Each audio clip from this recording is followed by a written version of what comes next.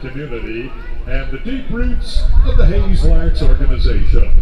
Dating back more than a century and a half to 1869, the team was originally known as the Hayes Town Team and was sponsored by various organizations and businesses in the Hayes community. The Hayes Larks name was chosen 76 years ago in 1946 in the Name the Team contest, which was conducted by the Hayes Daily News.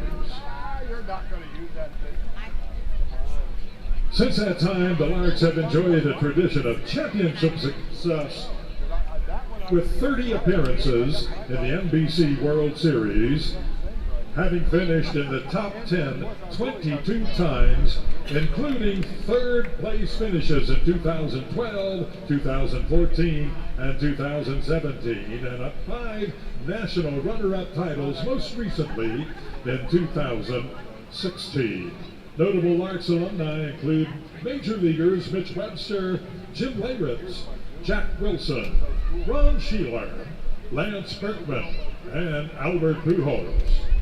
Many former Larks players have gone on to enjoy notable careers in professional baseball. Tonight, we're honoring former Larks players who've helped build the organization into the standard for collegiate summer baseball that it is today. At this time, please join us in welcoming these outstanding gentlemen. We begin with the head coach from the Larks in his 40th season, having played 1971 to 72 and coaching beginning in 1981 through this game. Please welcome Frank Leo. From Dallas, Texas, Larks assistant coach Andy Luton, 2009-2011. From Lakewood, Colorado, playing 1981 to 1983, Curtis Pirano. Kurt played on Coach Leo's first team in 1981. From Hayes, having played 1953 to 1970, please welcome Les Herman. From the 95, 96, 97 team, Memphis, Tennessee native, please welcome Justin Headley. Played in 95 Larks team that lost the NBC to the USA Olympic team. From Colby, Kansas, current Larks pitching coach, played from 1972 to 77, please welcome Keith Harper.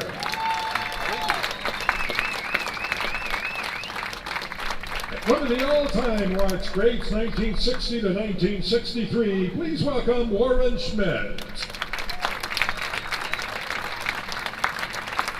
And a teammate of Coach Leo and Coach Harper, 1971 to 72, from Hayes, please welcome Dennis Staub.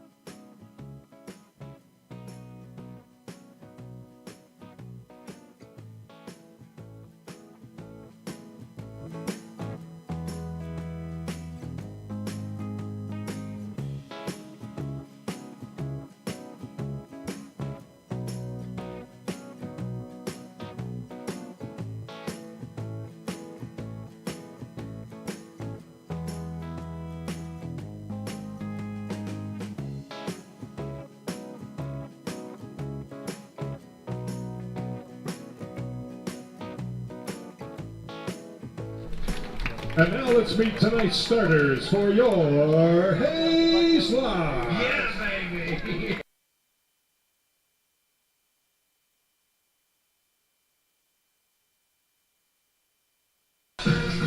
Playing right field, leading off for the Larks from Hutchinson Community College, number 1, Jack Terosian. Batting second from the University of Texas at Arlington, the left fielder, number 2, Tanner Rice. Third, the third baseman from Kansas City Community College, number 12, Palmer Hutchison. Batting cleanup for the Larks from Houston Baptist University, the catcher, number 26, Tyler LeBrew. Fifth from the University of Tennessee, tonight's beverage batter, the shortstop, number 3, Austin Jaslov. Sixth from the University of Oklahoma, the first baseman, number 28, Cade Brown. The designated hitter from Murray State Community College, number 7, Brady Evans. Batting eighth for the Larks from Arizona Western College, the second baseman, number 4, Ben Fiorenzi. Batting ninth from East Tennessee State, the Larks center fielder, number 8, Leo Jivian.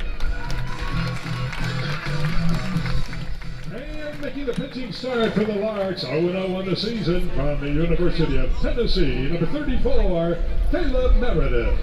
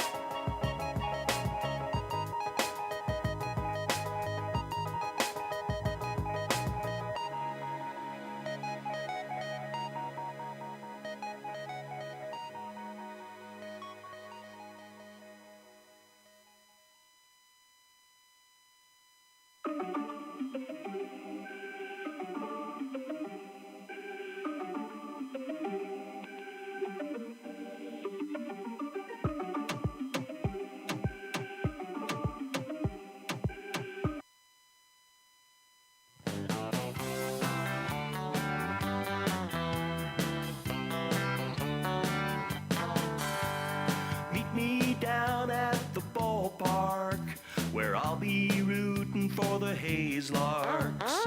All of my friends are gonna be there too. Nothing in the world I'd rather do than grab a hot dog burger and a cold beer. You'll hear me yelling out a big cheer, 'cause whether they win or whether they lose, I'll be rooting for the Hayes Larks. Hayes Larks! I'll be rooting for the Hayes Larks. I can't wait to see a home run. I know for sure there's gonna be one. I'll call out the players by their first name. Sure am glad I made it to the game. Rain or shine, I'm gonna be there. If the stands are full, I'll bring a lawn chair. So join me down at the old ballpark. I'll be rooting for the Hayes Larks. Hayes Larks! So join me down at the old ballpark. I'll be rooting for the Hayes Larks. Hayes Larks!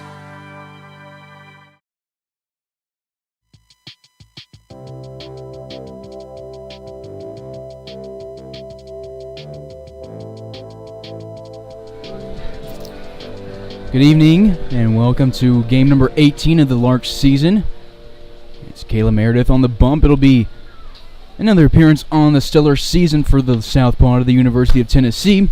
This is the second meeting between the Dodge City A's and the Hayes Larks this season, and Meredith will start off the game with a called strike against Kyle Morrell. First pitch clocks in at 7:07 p.m. here on a great Saturday night for some baseball. A packed crowd here on Legends Night at the park, as Kayla Meredith will plunk Morrell and give him a free base to start off this game. Oilers coming into this game, they're 13-4 on the season, 9-2 in league play. They are tied with the Liberal BJs for first place in the Rocky Mountain Baseball League. As for the A's, they're 8-9, 6-6 in league play, and 3.5 games back, sitting in 5th place. Runner at first base, 1-0 count, nobody outs, and the top half of the first inning at Larks Park. Meredith's fourth pitch of the day will miss low and outside. 2 balls, no strikes. This is a non-league game. Those teams are both in the Rocky Mountain Baseball League, so won't shake up the standings. Tomorrow's game will also be non-league against the Dodge City A's, and then Monday will be off for the Larks, and then Tuesday against the Dodge City A's, that would be a league game. Larks are 1-0 against the Dodge City A's this year, beating them at Larks Park. 2-1 count to the center fielder, Sandoval. Meredith takes a couple looks at the runner at first, goes home, catches the outside corner, 2-2. Larks won 3-2 in their last game. That was against Liberal. And Liberal is part of a 2-game doubleheader on Thursday. Meredith tries to go outside again, doesn't catch the zone. We'll go 3-2 at the counts. That was the first batter Caleb's hit this season. Hasn't walked anybody. He's given up 7 hits, striking out 6 guys through 9 innings. Ground ball to the right side. It will roll to foul territory.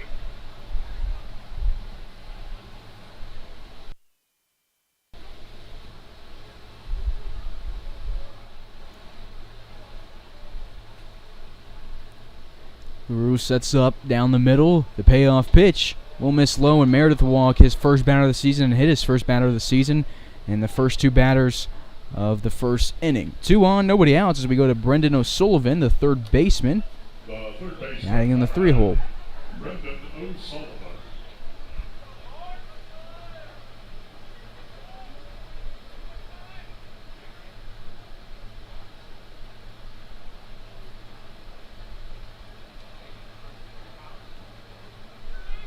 Defensively for the Larks, it's Tanner Rice getting his first start in left field of the season.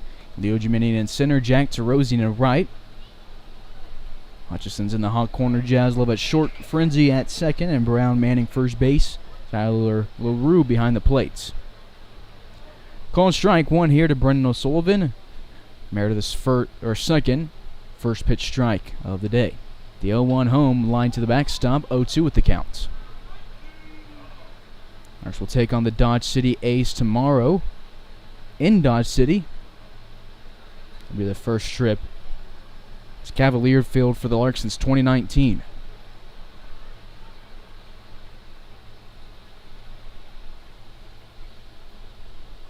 Ferenzi runs the second to keep Morel honest. 0-2 line to the right side. It's passed. And over the head of Ferenzi, they're going to wave Morel home. Throw's cut off by Brown. No throw home. It's an RBI base hit for Sullivan. Morel scores in the process. 1-0 lead for the Dodge City Ace. Sends Sandoval to seconds. Still 2 on, nobody outs.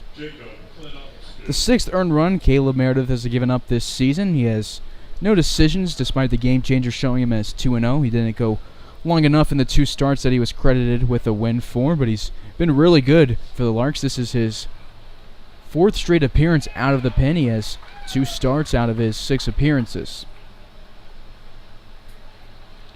I'll strike here. That was Brennan O'Sullivan's 16th or 17th RBI this season. That is a team leading total, as Kyle Morrell scored for the 15th time on the year. That's 2nd place for the Dodge City Ace. 0-2 count here to the DH, Jacob Klinowski. Klinowski out of Cal State East Bay, is an Upland, California native. Meredith misses outside. LaRue slides left to block it. 1-2 will go the count here at Larks Park. A breeze moving from left to right across the field might have an effect on balls hit high and hit deep.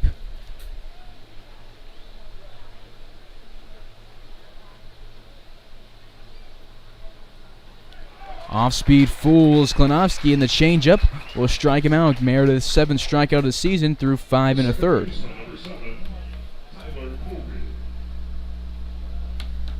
One away for the Chuckey, Tennessee native.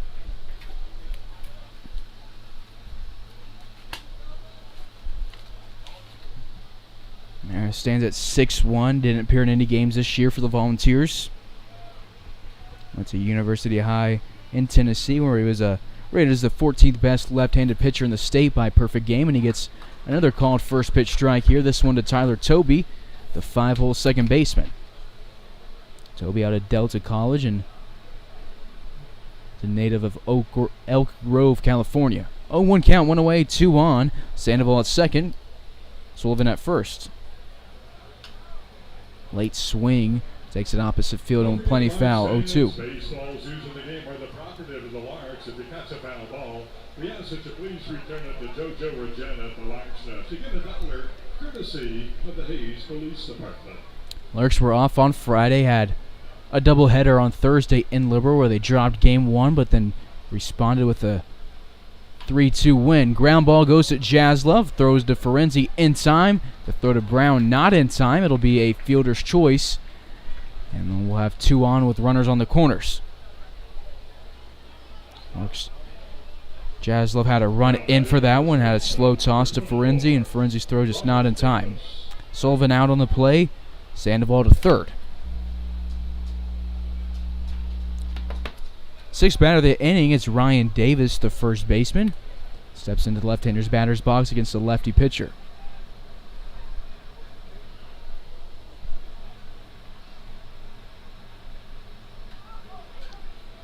Sent this one off the pole on the backstop, 0-1.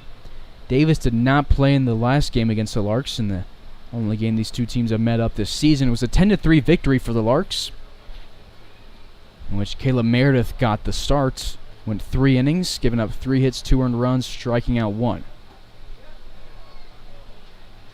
Meredith misses the zone here, 1-1.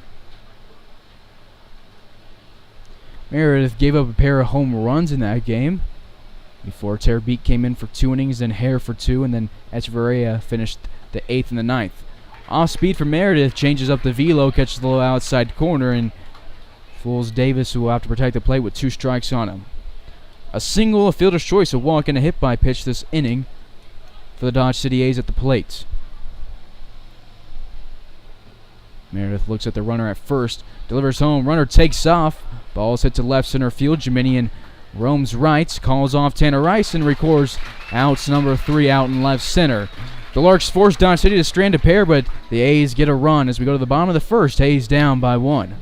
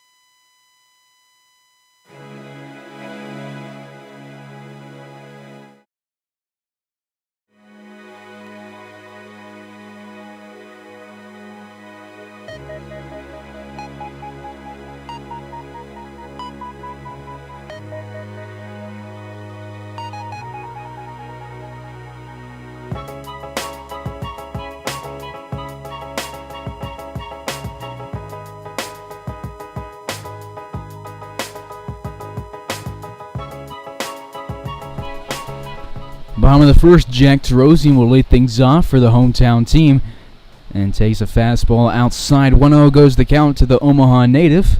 On the mound for the Dodge City A's, who come in this game 8-9, is William Roberts. 1-2 record through 3 appearances. He's picked up a decision in every outing so far. He's thrown 15 1/3, striking out 10. But he's allowed a lot of guys on base and earned runs. 10 strikeouts, 9 walks, 19 hits allowed, 12 earned runs, as an ERA at 7.04 and a whip, pushing 2 at 1.38. The righty goes from the windup. Terosian swings and misses at this one. Count moves to 1-2 to Terosian. Roberts out of Purdue Northwest. He's a Indiana native. Ahead in the count 1-2. Goes from the windup, and Terosian will strike out to lead things off in the bottom of the first inning. 1 away, bases empty. Texas and Arlington, tonight's left fielder, number 2, Tanner Rice. Tanner Rice, who's been the leadoff guy for the Larks for the past few games, and for really a large portion of the season, is batting second today. Terosian, who've been steady at the 3 spot, led off. So Larks shaking up their order after having a pretty consistent 1 through 5 with, or at least 1 through 4 going Rice, Jaslove, Terosian, then LaRue. LaRue still batting cleanup, but top 3 in the order shaken up as Rice is at the plate with Hutchison on deck. Scoreboard reads a 1-1 count to the Arizona native. Cummings behind the plate, sets up outside. They'd go outside, but it'll miss the plate. 2-1 goes the count.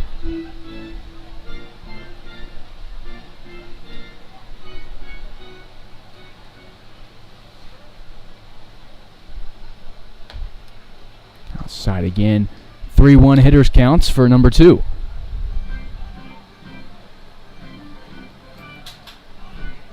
Rice had game 2 off against the BJs on Thursday. He was ready to go take his base. That pitch looked like it was in the same spot as the last one, which was called a ball, but they call strike 2 on him. Frank Leo at the third base coach spot, upset with the call. Rice ignores it, gets back in the box. Cummings sets up outside, delivering his Roberts, and that one will be a walk. Tanner Rice will take first base. Each team picks up a walk in the first inning. Dodge City up 1-0 with 1 away in the bottom of the first as we go to Palmer Hutchison.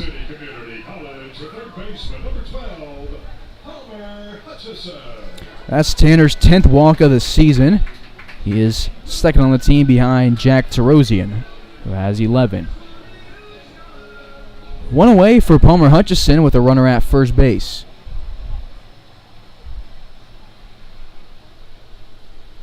Hutch, this is the highest he's hit in the order for a while. Had a really great stretch in Colorado where the Larks bumped him up to 3 in the order. Then he kind of went back down to 5-6 in the order today. Give him a chance to get back up to the top parts. 1-0 count. This delivered to Hutchison close to his hands. He sends it high in the infield. Dembo moves towards it, calls off the rest of the infield, and makes the catch in front of first base. Rice retreats to first. Or he made the catch in front of second base. 2 away. They'll bring Tyler LaRue to the plate, who is tonight's cleanup hitter. Houston Baptist University, the catcher, number 26, Tyler LaRue.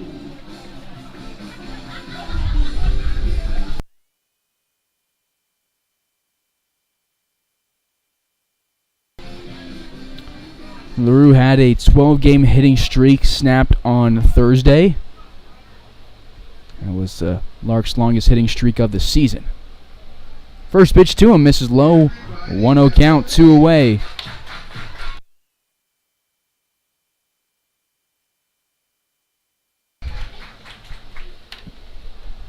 Larks looking for their first hit of the ball game.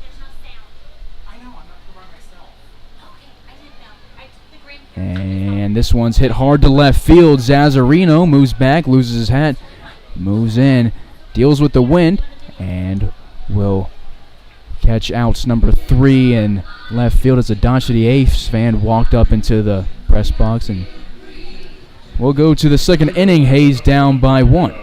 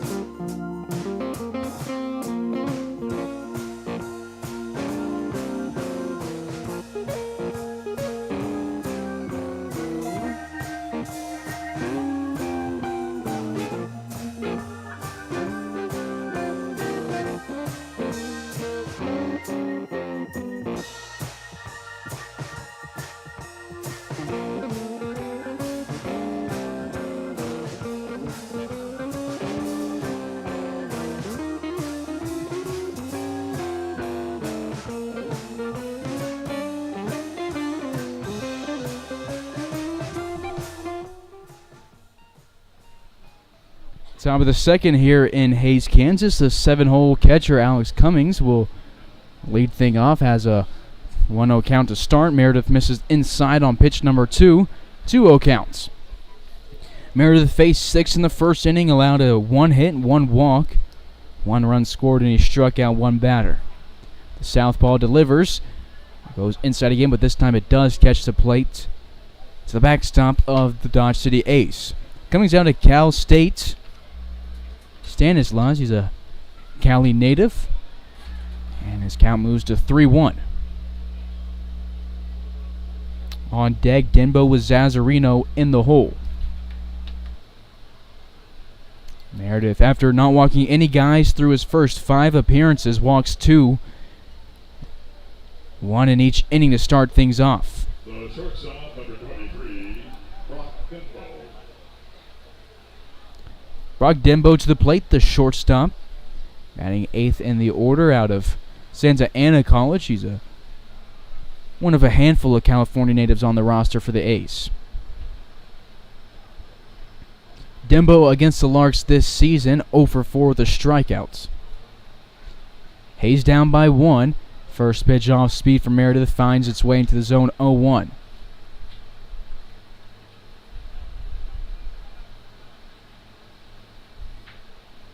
Meredith's last outing was a week ago today against the Denver Cougars, where he threw 1 inning of relief, no hits, no walks, no runs, striking out 1 of his 3 outs. 0-2 count here to the shortstop.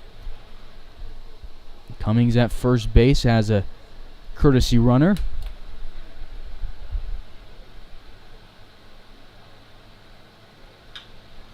Speed hangs in the air, gets sent to right center field. Jiminian chases it. It'll be off the wall, past a 349 marker, and they're going to wave home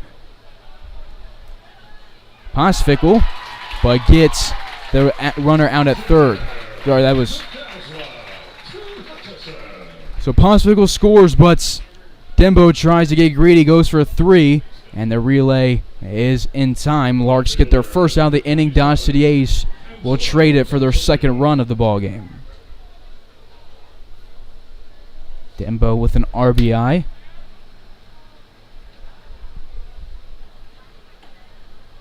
That is his 6th of the season. 1 count here to the bottom of the order, Angel Zazzarino. Angelo Zazzarino pitched in relief against the Larks on the 7th through an inning. Gave up 2 hits, 2 earned runs, striking out 1, walking 1. Larks saw Smeds hammer on the mound, who gave up 2 earned runs. Then Zazzarino, then Machado came in through 1 inning, gave up 5 earned runs in the 10-3 win for the Hayes Larks. Larks were tied up with the Dodge City A's going into the 3rd inning of that game, 2 apiece.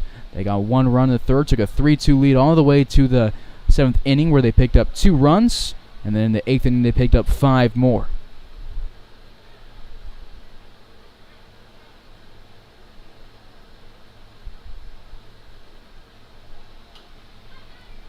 Fly ball over the right side, foul.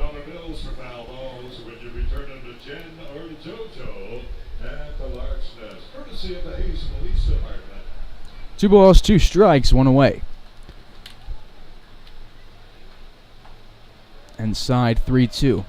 That last game against Dodge City A's was a big one from Austin Jaslove, who's batting 5th tonight and will lead off the bottom half of the inning. He went 2 for 5 with 2 runs scored and drove in 4 runs.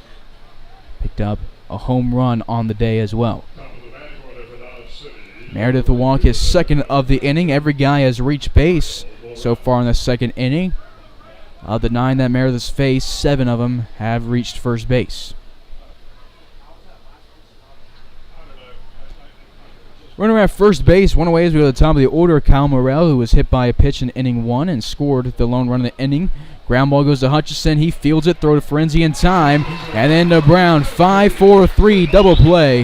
Hutchison has 2 big outs in the 2nd inning with the throw to him. It's a throw out. It's Denbo, and now this double play. Larks allow another run in the 2nd inning. They will trail by 2 as we go to the bottom half of inning 2.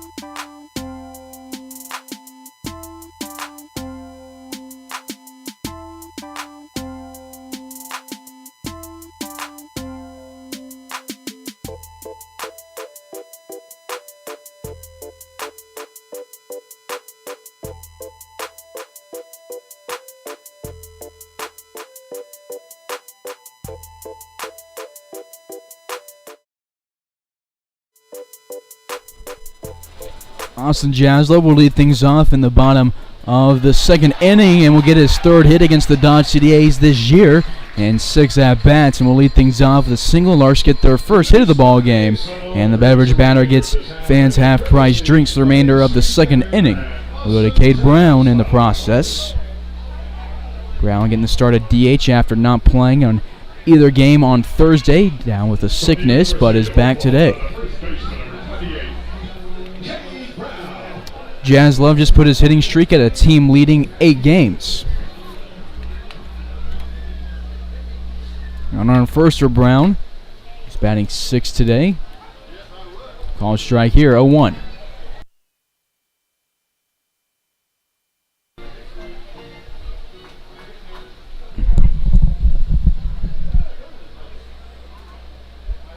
Ball goes between Cummings' legs. Jaslow heads to second, rounds it. Looks to go to third, holds up, will stay at second base in scoring position. Larks looking for their first run of the day. 1-1 count for Cade Brown out of the University of Oklahoma, whose school's taking on Ole Miss in game 1 of 3 in the College World Series right now.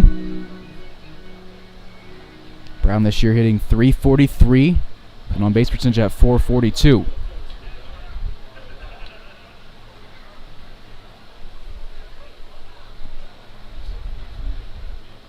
Pitch 3 of the AB misses the zone. Low 2-1. Jackson Halter heads down to the bullpen in full catching gear.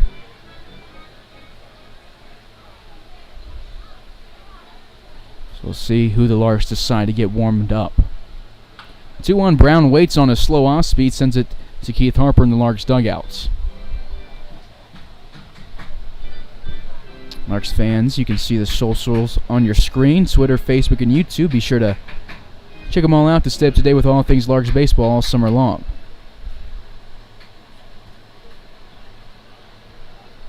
Roberts still on the mound. He's given up 1 hit and 1 walk.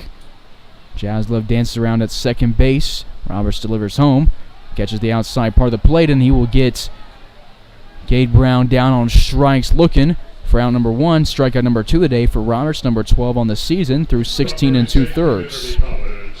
Designated hitter, number 7, Brady Evans.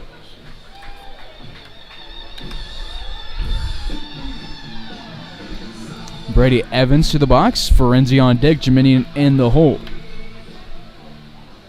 Evans caught game 1 of the doubleheader, and then had game 2 off. Off-speed drops in the zone, 0-1. Both pitchers working with a lot of off-speed through the first 2 innings.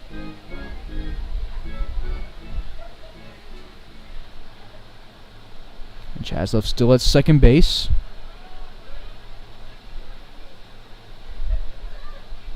This pitch way inside, 1-1 goes the counts.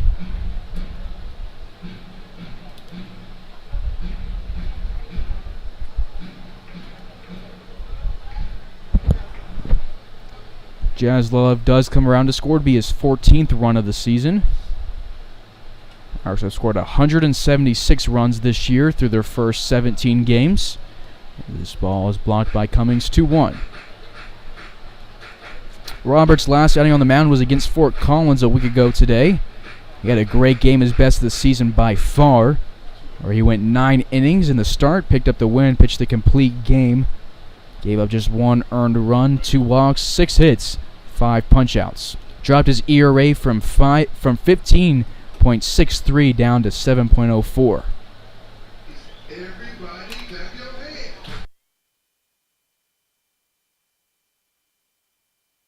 3-1 hitters count for Evans.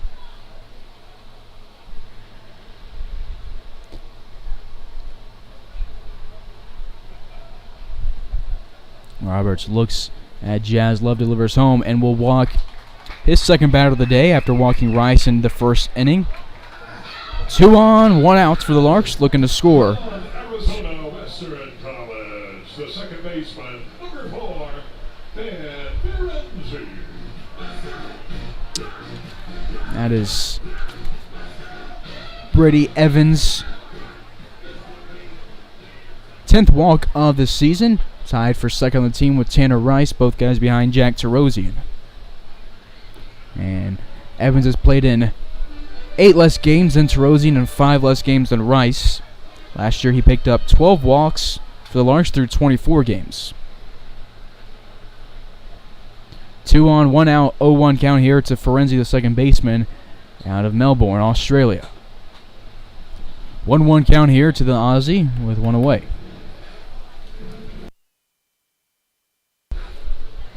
Ferenzi, the 8-hole tonight, after having a really good trip to Liberal.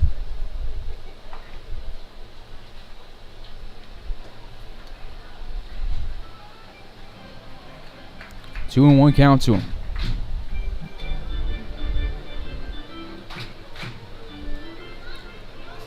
Ferenzi in game 2 against Liberal picked up a walk on the day. It was really a pitcher's duel, only 11 hits combined for both teams. Take strike 2 called. He knew it right away. Or 3-1, excuse me.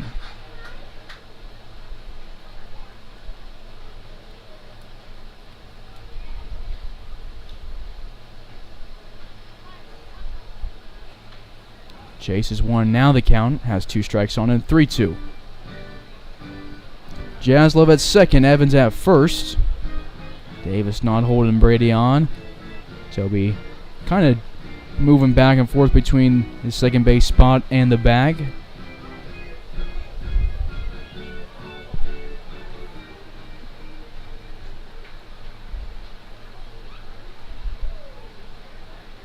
Roberts on the mound this year has had opponents hit .311 against him as Ferenzi sends one to the netting. 3-2 will stay the count.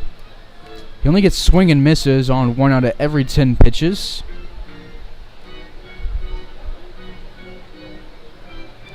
While throwing strikes on 62%. Starts off 71% of the guys he faces with a first pitch strike. We'll throw a payoff pitch here to Ferenzi. 1 away, 2 on. Delivery home. Hit hard to the left field side, but not as far as it is high. And it's will be caught by Zazzarino. Larks into the flyout, into the first inning with a flyout to Zazzarino, and I get the outs, second outs of the second inning to him. Well, in the order, Leo Gimini into the plates. Jaslov led off the inning with a single and advanced to second base on a pass ball, and that was before the Larks got their first out. They don't want to leave him there to end the inning. They left 1 on in inning number 1.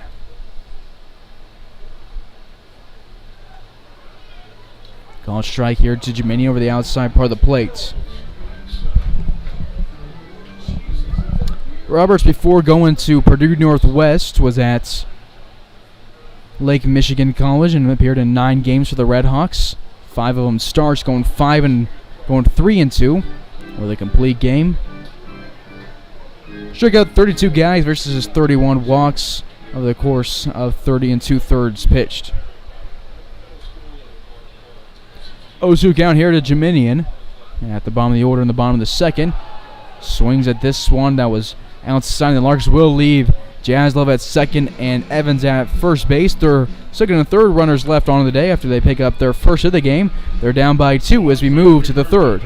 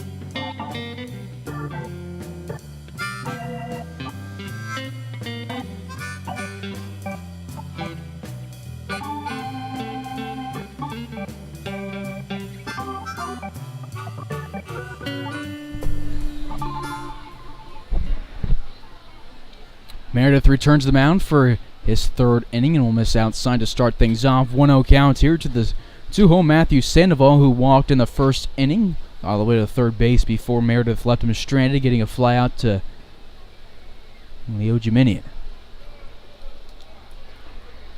2-0.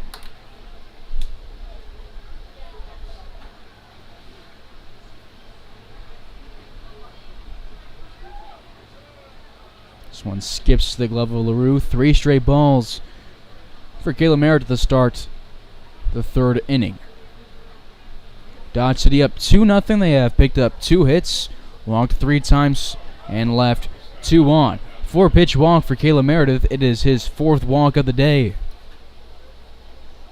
0 walks through his first 9 innings on the mound. He's thrown 4 in his last 2. And Keith Harper will strut out of the dugout and go have a chat with his southpaw.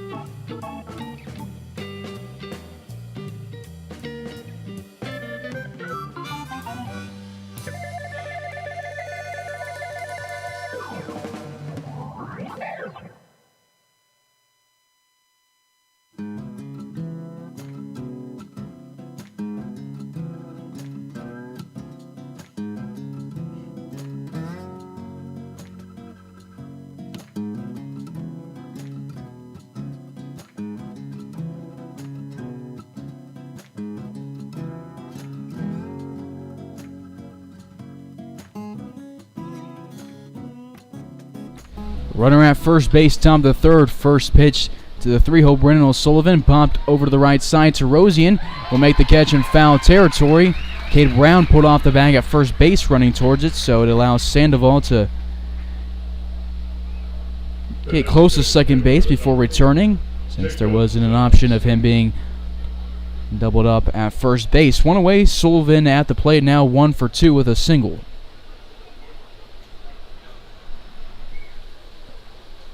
Goes a cleanup hitter, Jacob Klanowski, who struck out swinging. And the first inning was Meredith's 7th strikeout of the season.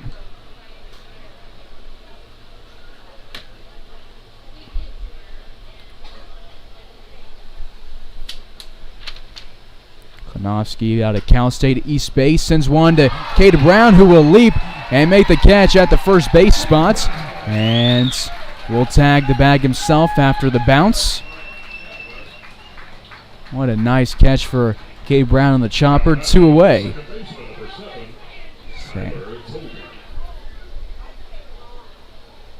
Klanowski now 0 for 2, but Sandoval moves into scoring position.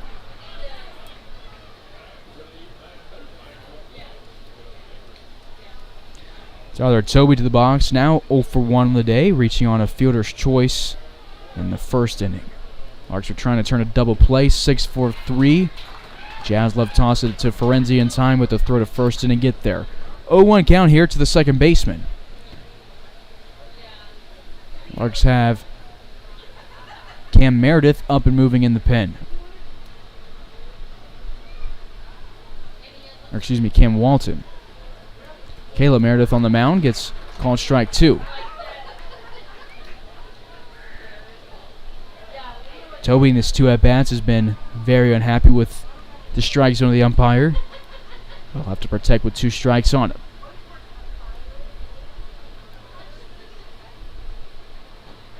Oh, 2 away, inside delivery, line to Palmer Hutchison. He'll make the catch with ease after leadoff walk. Meredith responds with 3 straight outs, and we go to the bottom of the third. Hayes down by 2.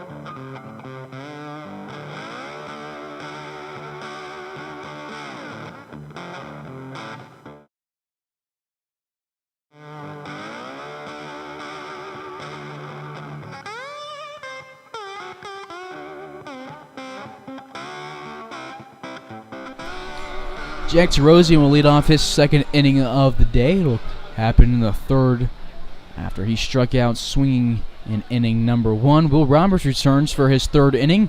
First pitch he throws to Tarosian. He takes to center field. Sandoval keeps moving back. It drops off the dirt by the 4:05 marker. Tarosian rounds second, heads for third, slides in head first, and we'll get a triple to lead off the third inning.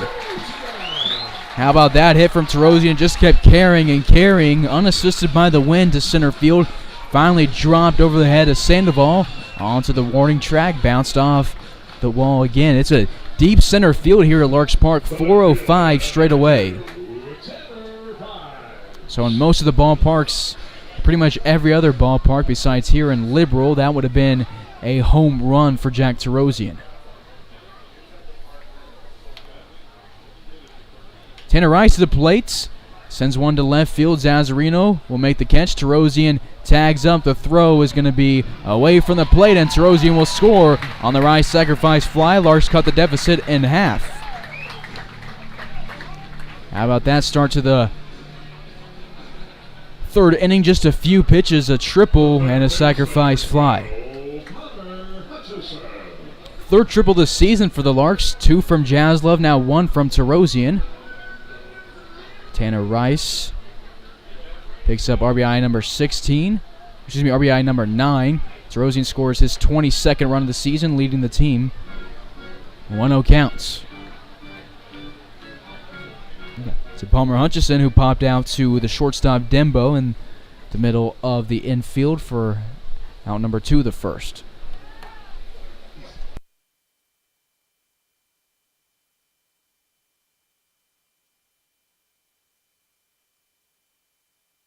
One count to the third baseman out of Kansas City, Kansas Community College. Sends a line drive to the backstop, 1-2. It's Hutchison's third year with the Larks. His first year sported number 12 after wearing number 4 for the past 2 years, and played in 66 games, picked up 50 hits, 35 RBIs, and 52 runs for the Larks. He sends one to center field. Sandoval keeps moving back, and this one will hit off the NCAA logo on the wall. Frank Leo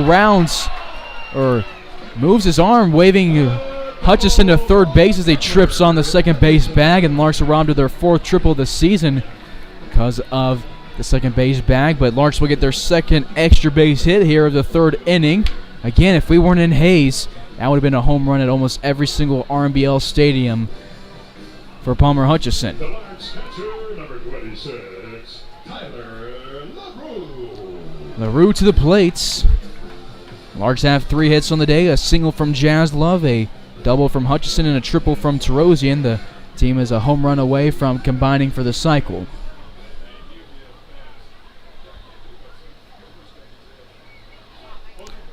Well, Steve Sandoval starts to play a little bit more deep in center field after the Larks have taken 2 to the deepest part of the ballpark.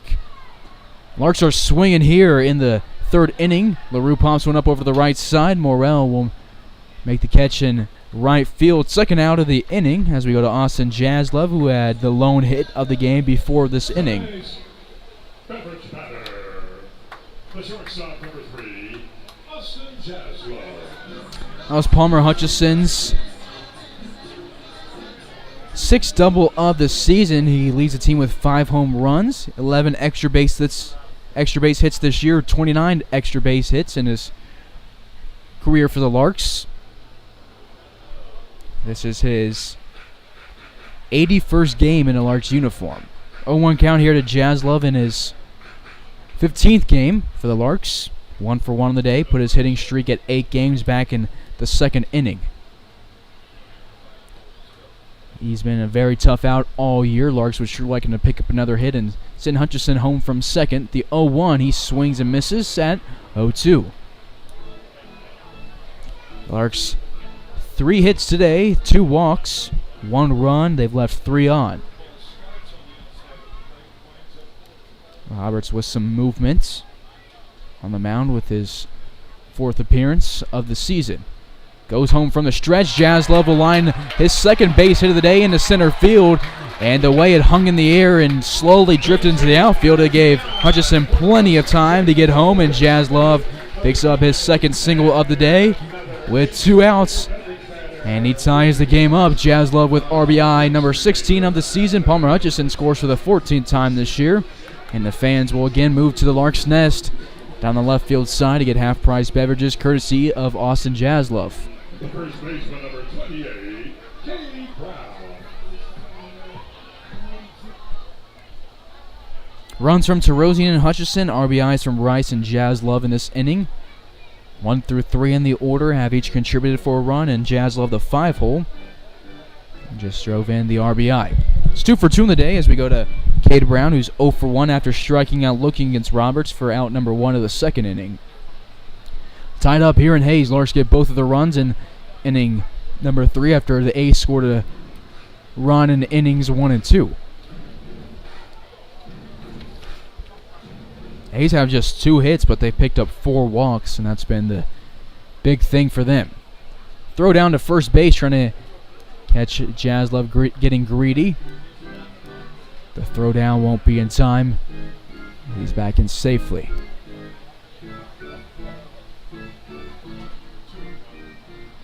Two balls and a strike here to Brown.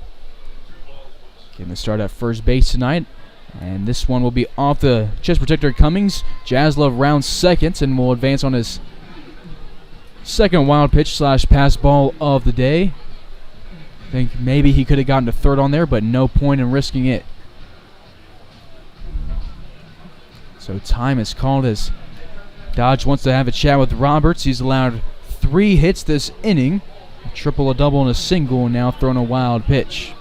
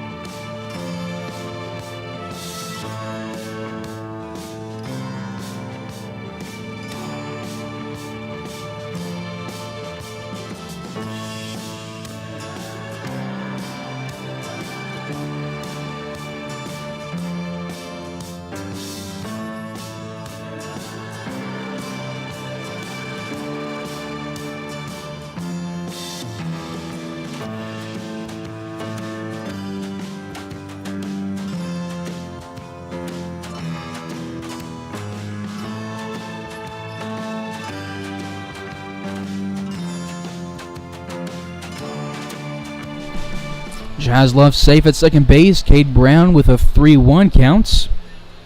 Looking for his first of the day and Larks' 5th of the day. He swings and misses at one that runs outside. 3-2. Cam Wong continues to warm up in the pen for the Larks. Meredith throws 3 innings.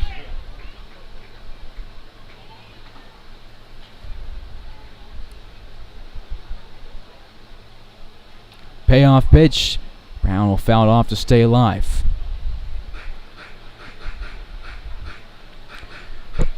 This next pitch from Roberts will be in the 50s. He's thrown 49 pitches, 29 of them strikes.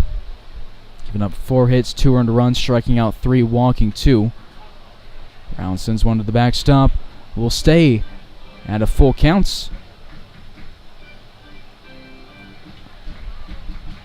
And get an 8th pitch of the AB.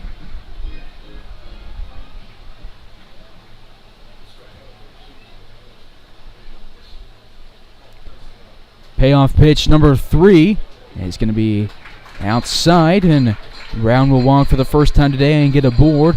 2 on, 2 outs here in the 3rd inning. Tonight's designated hitter, number 7, Brady Evans. That is Cade Brown's 7th walk of the season. And as a Lark, walk number 17. Now that's walk number 22 for him. He's given up 10 walks on the mound as a Lark, picked up 22 at the plate. Fly ball goes to left field. Zazzarino approaches the left field line, but will make the catch in fair territory after one that was struck well by Brady Evans. The Larks scored 2 runs to tie things up after a triple from Tarosian, a double from Hutchison, and a single from Jazz Love. To the 4th we go. We're tied up at 2.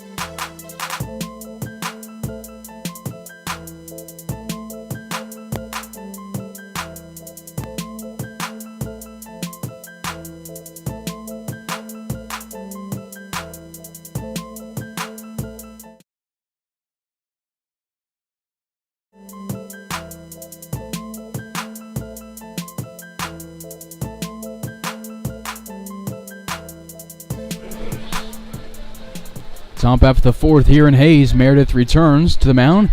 Gets a swing and a miss out of Ryan Davis to start things off. 2-2 ball game after the Larks picked up a pair in the 3rd. Ryan Davis looking for his first hit of the day after flying out to Giaminian to end the 1st inning. 1 ball and a strike to him. Meredith from the windup goes outside 2-1, moves the counts. Dodge City's picked up 2 hits. They've walked 4 times, leaving 3 on and scoring 2 runs. Swing and a miss here, 2-2. Meredith walked the leadoff batter of the 3rd inning, then responded with a fly out to Tarosian, a ground out to Brown, and a line out to Hutchison.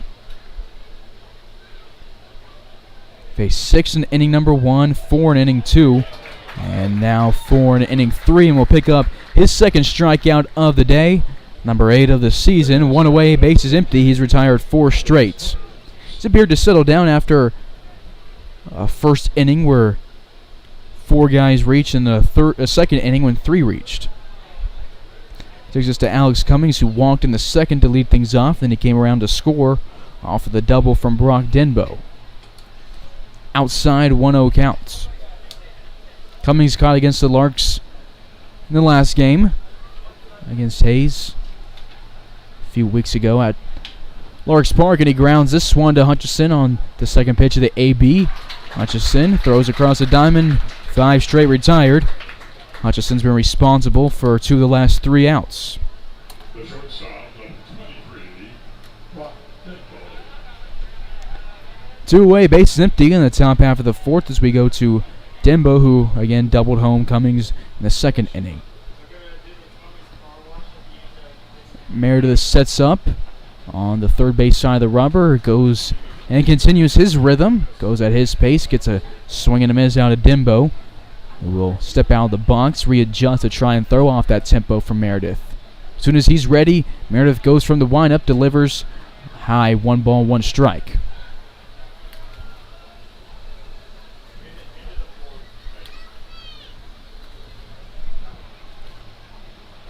Called strike here. 1-2. 1-2 count, 2-away, bases empty. Top half of inning number 4. Do it for the Larks in the bottom half. 8, 9, and 1 hitters, Ferenzi, Gemini, and Tarosian. Meredith will miss the zone here. 2-2 counts.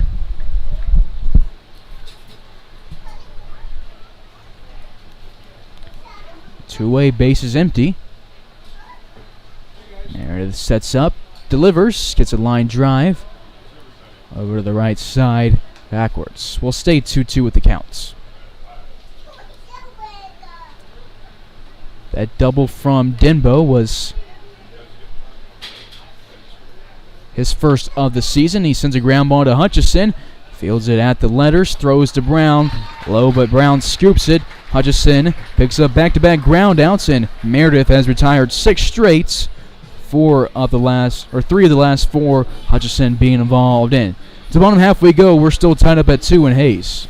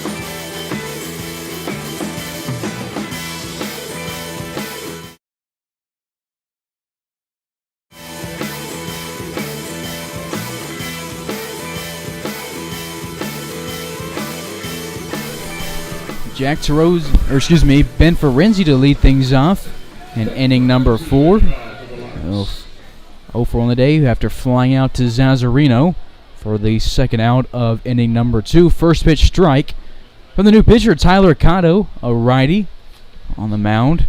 Out of Austin P. State, he's a Goodyear, Arizona native. Misses inside on his second pitch.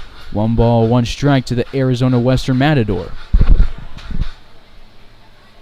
Larks had an infielder from Austin P. State a few years ago in 2019, the last year that the Larks and the A's were in the KCLB, was Skylar Luna, who came into Tennessee out of high school, went to Tennessee for 1 semester before transferring to Austin P. State and redshirting. Cotto this year at Austin P.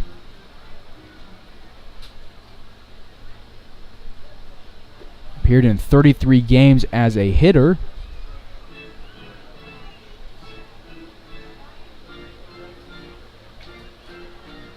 And on the mound, just 2 appearances, throwing 1 inning, giving up 4 earned runs.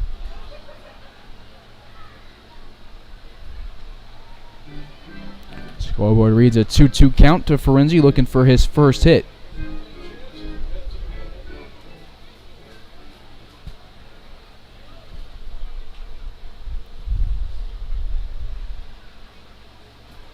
This one off the chest protector of Cummings. It bounces to the Larks dugouts.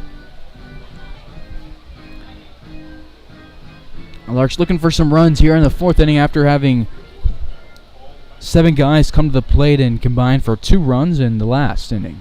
Payoff pitch will break part of Ferenzi's bats. And he will toss it back to the dugout, get a new one, and get a second payoff pitch. He just gets Leo Jiminion's bat from the on-deck circle and asks for some pine tar before heading back to the batter's box.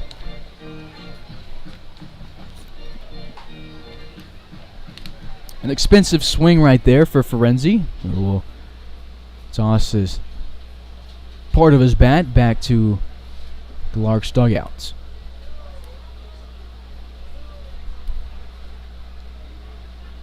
Payoff pitch runs outside, and the Larks will pick up their 4th walk of the day. They have had 1 in each inning. This is their first leadoff walk. The center fielder, number 8, Leo Jimmy. Larks with 3 straight leadoff base runners. So we go to Leo Jiminy and nobody out with a runner on first in the 4th inning, tied up at 2 apiece. Jiminy is struck out swinging in inning number 2, shows bunt on his first pitch. No contact, 0-1 goes the count. Walton appears to be done warming up in the left field pen for Hayes. It's just when did the Larks put him in after Meredith got his first 1-2-3 inning of the day in the top part of this one. 1-1 count to the center fielder out of St. Lo, France in his 3rd summer in Hayes, Kansas. Jiminy, a 5'9" junior for East Tennessee State. Appeared in 29 games for the Buccaneers this year. Goes down the count 1-2 after swinging at this one.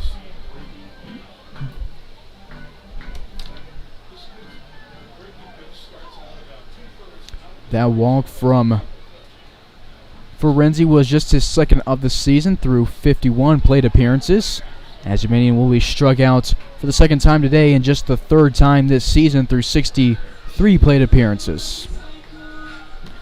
Tough guy to strike out. Now there's one away. Zero's into the box now. He led off the 3rd inning with a triple and then scored on the right sacrifice fly. Saw one pitch and took it to deep center field.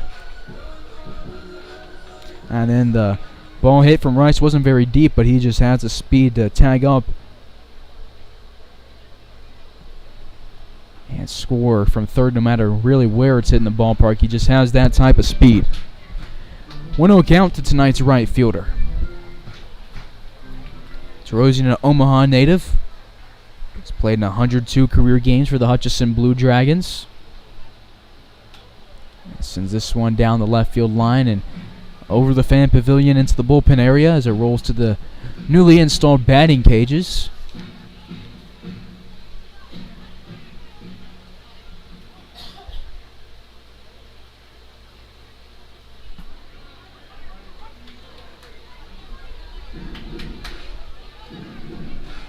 One-two count here to Terosian.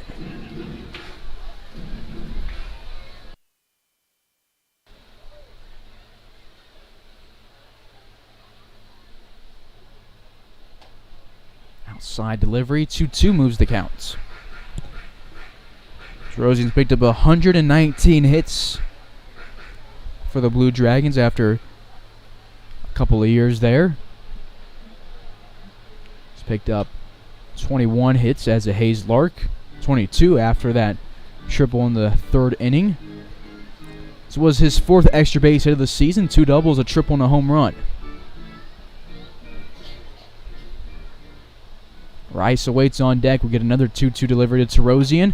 Taking off to second base is Ferenzi. The throw is not going to be in time. He slid under the tag. It looked like it was a very close play. If the throw was low and not high, they would have got Ferenzi, but he will steal second and put himself in scoring position as Terosian count moves to 3-2. Terosian with a great 2-strike approach all year as Ferenzi steals his 3rd base of the season in just as many attempts. Larks have now stolen 46 bases in 51 attempts.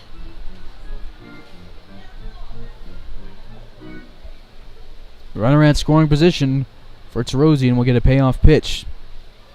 Important pitch coming from Cotto. This is a guy who really hits the ball well, but he's a dangerous base runner if you walk him, and that's what they do. A close call over the outside part of the plate, just missed it, and there is 2 on. As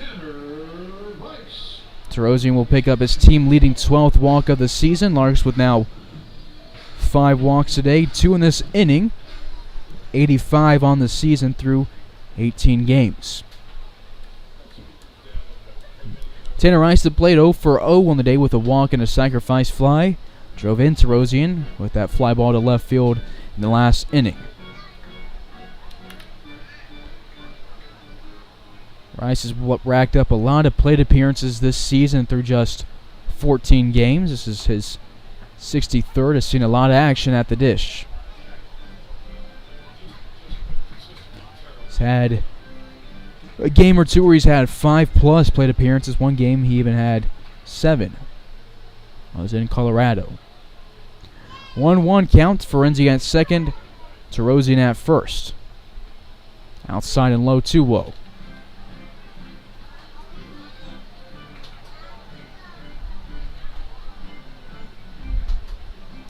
Cotto this year on the mound for the Dodge City Ace, 4 1/3 thrown prior to this one. No decisions, all in relief. Giving up 4 hits, no runs, 4 walks, punching out 7. He was rated as the 4th best catcher in the state of Arizona by perfect game, and the number 35 overall player before committing to Austin Peay State. 2-2 counts as Cummings will go and have a chat with Cotto on the mound. Rice picked up his 9th RBI of the season. If he scores, it would be his 17th run scored of the season. Tarosian scored his 22nd run of the year in inning 3. He's looking for another one here at first base. 2-2 count to Rice. Fastball outside, 3-2.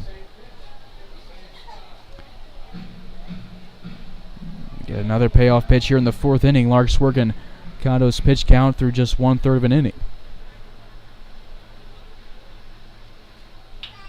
Ground ball to the right side.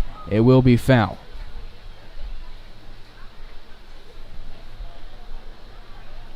This next pitch from Cotto will be his 22nd. He's thrown 11 strikes. Game changer updates now. This next pitch will be his 25th. He's thrown 12 strikes. Struck out 1 guy, walked 2, no hits. Second payoff pitch to Rice will be over the outside part of the plate.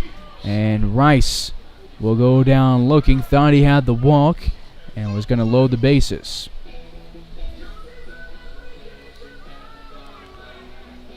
So it'll take us to Palmer Hutchison. Larks fans unhappy with the umpiring today. Number 12, Palmer Hutchison.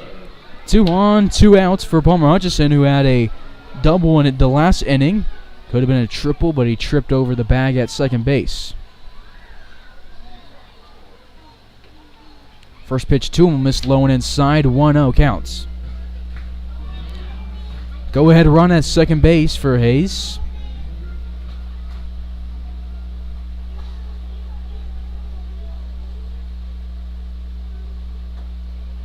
2-0, this one misses low again. Hutchison 1 for 2 in the day after popping out in the first inning. He scored the last run for the Larks. Off the bat of Austin Jaslov. It was in the hole right now. LaRue on deck. 3-0 counts.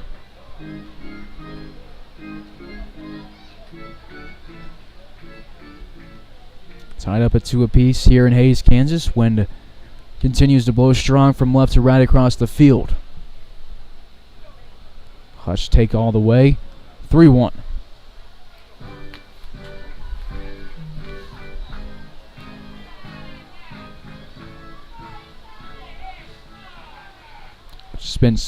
Hutchison spent the past 3 years at Kansas City, Kansas Community College, playing in 126 games. Scored 125 runs, had 121 hits, 111 RBIs, and 81 walks at the plates. Another 3-2 counts. Runners take off, and Hutchison will go down on strikes over the inside part of the plates. Larks walk 2 times and strike out 3 times. And inning number 4 leave 2 on and will be tied as we move to inning number 5 as Cam Walton walks to the mound.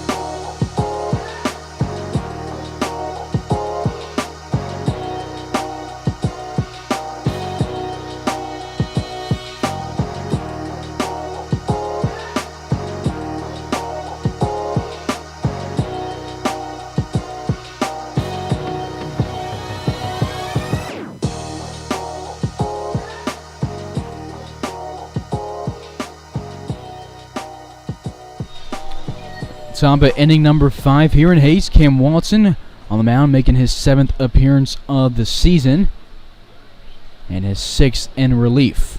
1-0 count to start things off against Angelo Zazzarino at the bottom of the order in the top of the 5th. Pitch number 2 called strike 1. Zazzarino walked against Caleb Meredith in the seconds. Meredith finishes his day, 4 innings pitched, 2 hits, 2 runs, 2 strikeouts, 4 walks. Walton misses the zone here. 2-1 counts. Outside 3-1. Meredith not in a position to get the win unless there's a run rule. Didn't go the 5 innings. Now we would want for that win, as Zazzarino will walk for the second time today. Cam Walton has now given up 8 walks through 11 innings.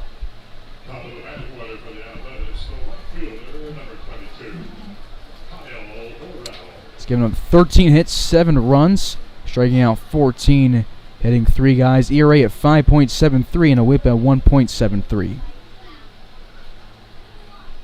Runner at first base with nobody out as this one misses high, 1-0. 5 balls, 1 strike from Walton through his first 6 pitches. Walk number 5 on the day for the Dodge City A's, breaking their streak of 6 straight retired. They walked once in innings 1 and 3 and walked twice in inning number 2. 1-1 count, runner at first. Nobody out here in the top half of the 5th, tied up at 2 apiece. Walton gets up, goes from the stretch. LaRue sets up outside and Walton misses low and outside. 2-1 counts. Walton, a Texan for the Larks. One of 7 guys who calls Texas home. Goes to New Mexico and plays for the Lobos. One of 2 Lobos on the roster, along with Larks pitcher Ben Baker Livingston. 3-1 counts.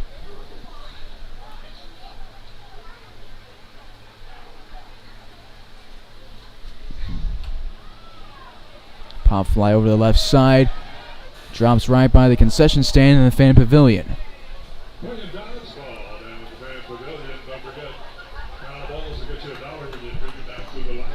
3-2 counts.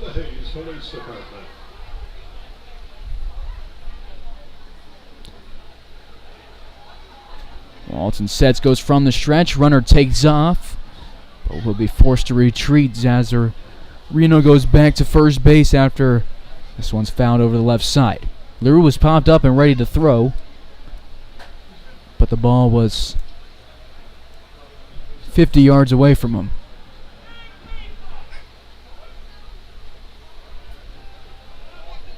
Swung on a miss. Runner delays going for second. The throw is not going to be in time. There was just nobody there to cover, so LaRue had to wait a second for Jaslov to get there, and the delay was enough to give Zazzarino time. Not sure what he was doing initially, but whatever it was, it worked. 1 away as Walton picks up out number 1 of the 5th. Go-ahead run in scoring position now at second base. Walton's 15th punch-out of the season. Fools. Sandoval here throws one inside. Sandoval loses his footing at the swing. 0-1 count. He wants time to tie the shoes. That's what messed him up, was his left shoe was untied. Walton's second on the team with 15 strikeouts.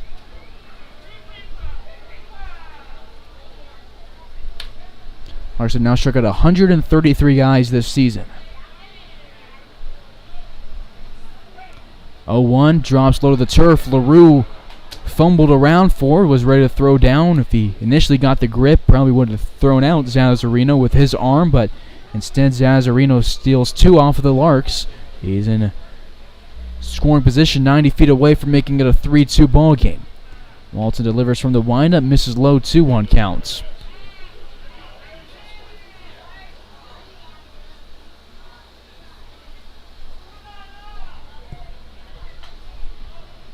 Pop fly drifts left and drops again into the fan pavilion. Crowded fan pavilion tonight. Had a crowded Ballpark here on Legends Night. It's another great crowd on a Saturday night here in Hayes. Walton goes from the windup. Ground ball goes to Brown. It's off his glove and it rolls down the right field line. And it'll be an E3 as Azzarino scores and makes it a 3-2 ball game. Dodge picks up their first run since inning number 2. Runs have been scored by Zazzarino, Cummings, and now Morrell, who walks to the dish now 0 for 2 with a 5-4-3 double play and a strikeout swinging on the day. No, not Morrell, O'Sullivan coming to the dish now. Morrell struck out for the first out of the inning. Sandoval at first, O'Sullivan to the box. He's 1 for 2 today with a single.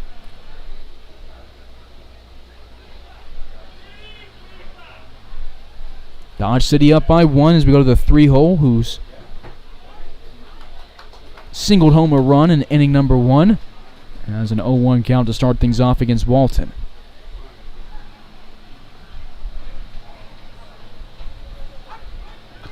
Oh, 2.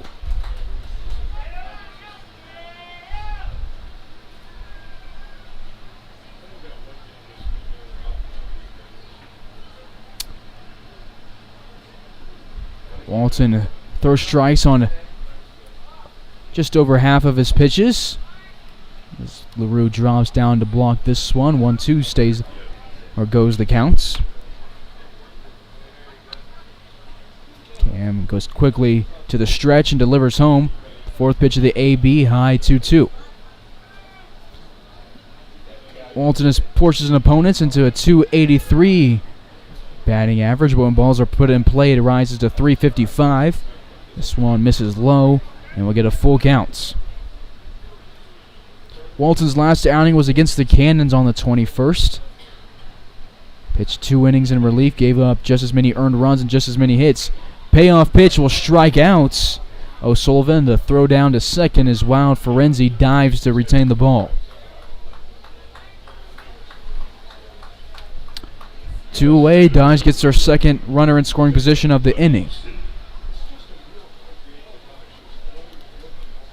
Klinowski, the cleanup DH. Out of Cal State East Bay. At the plate, he's 0 for 2 after striking out.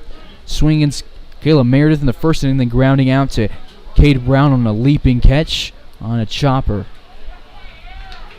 0-1 count. Larks with 1 error here in this inning. Dodge City none on the day. They have a 3-2 lead.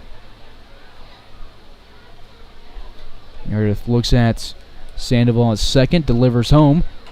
This pitch just above the letters, 1-1.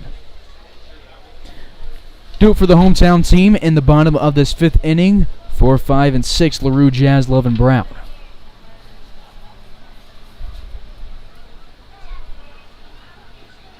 This pitch misses inside, 2-1.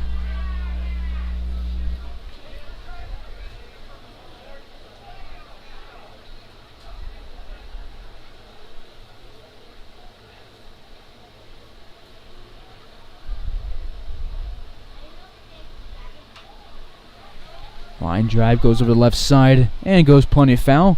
Count will stay 2-2. Runner on second base, 2 away in the top of the 5th. Hayes up or down 3-2 against the A's.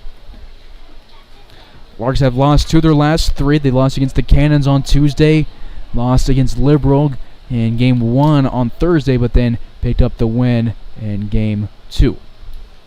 2-2, off speed goes outside, 3-2.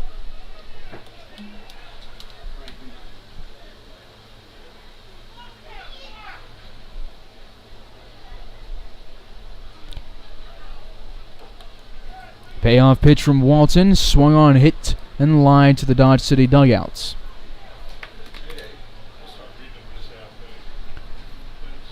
Walton with already 20s in the pitch count column.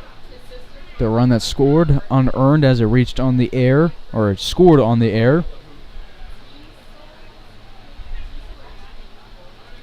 Cam goes from the stretch. Payoff pitch number 2 is good for his 3rd strikeout of the 5th inning. his 17th of the season through 12 innings. Dodge City takes a 1-run lead in the top of the 5th. Larks will look to get that run back in the bottom half.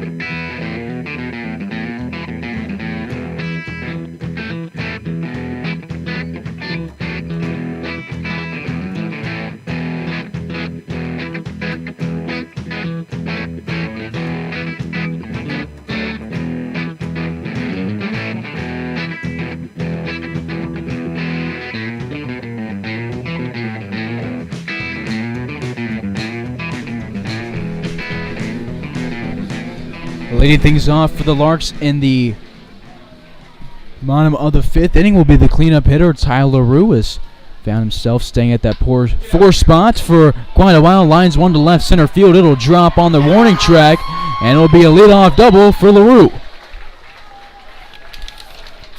LaRue, after having a 12-game hitting streak snapped on Thursday, has now hit in back-to-back games and gets the tying run in scoring position. Now 1 for 3 on the day with a pair of flyouts. This one located perfectly in left center. Courtesy runner form will be Hunter Rawson. New pitcher of the game is Dylan Weaver. His 7th appearance for the Dodge City A's this season. Hasn't faced the Larks this season. He's thrown 13 innings. He's 2-0 on the mound, giving up 21 hits now, 14 earned runs, 7 walks, 18 punch-outs, ERA at 9.69. One away, Jaslov at the plate. He's having a great day, 2 for 2 with a pair of singles and a run driven in. Weaver out of Colorado State Pueblo. It's a 6'1 sophomore out of Fruita, Colorado. Ground ball goes to left side. O'Sullivan dives over it.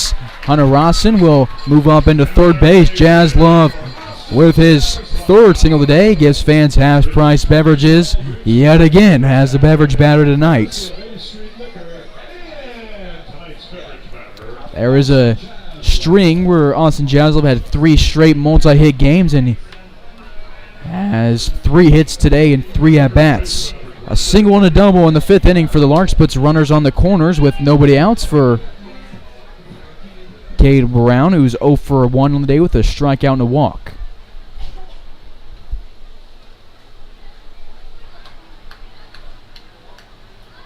Rawson at third, Jaslov at first. This is going to be a pitch off the turf and off of Cummings. Jaslov moves into second base. He has advanced on 3 wild pitches / pass balls today.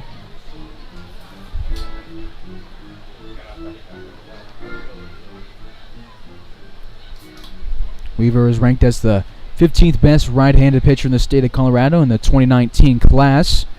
Went to Highland Community College out in Kansas, moving just one state east out of high school.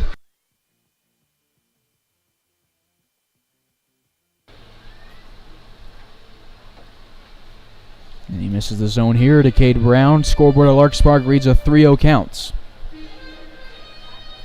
He's struggling a little bit here in his first appearance against Hayes this season.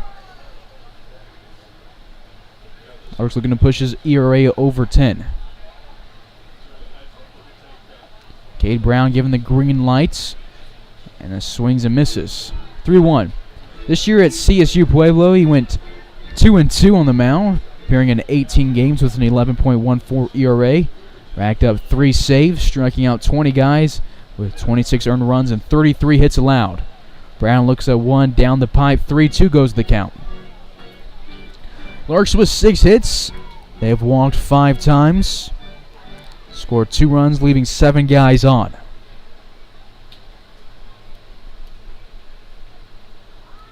Weaver sets up, goes from the stretch, the payoff pitch.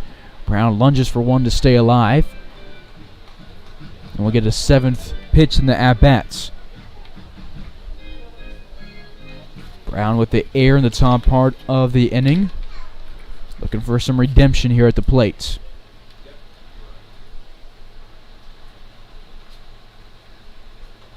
High and inside, and he will walk for the second time today. Larks load him up. Bases loaded for Brady Evans, looking for his first hit of the day. The Larks designated hitter, Brady Evans.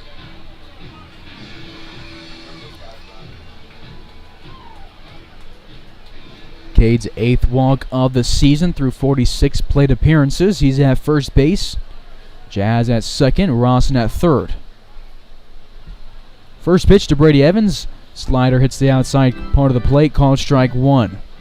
Evans walked in inning number 2, and then flew out in inning number 3 for the last out to Zazzarino.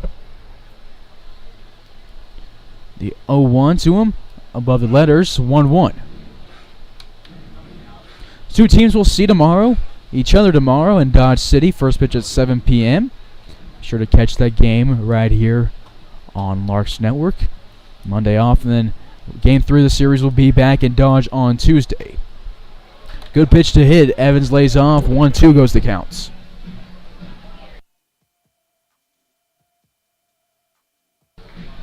Bases loaded. Nobody out here in the bottom of the 5th. Hayes down by 1. Evans looking for his 9th RBI of the season. Outfield playing kind of deep. Not ready for a sacrifice fly, but Evans will be forced to protect. 1-2 count to the catcher, who is in the DH spot tonight out of Murray State College. 1-2 home, and a slider gets Evans for the second time in the AB, and he will go down on strikes. First out of the 5th inning, we go to Ferenzi. The second baseman, Ferenzi. The Dodge City A's have struck out 7 Larks today. LaRue led off the inning with a double to left center. Jaslov then singled him to third. And Brown walked to load up the bases. All 3 still on as Ferenzi sends one to the backstop, 0-1.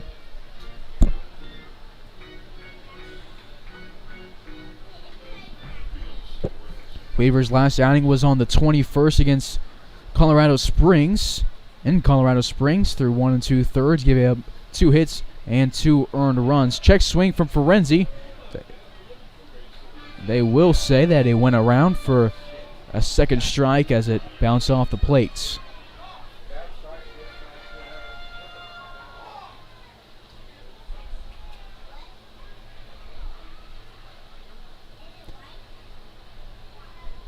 O2 home, popped over the right side. Chasing it from first base is Davis. He is at the wall, and it goes over the fence.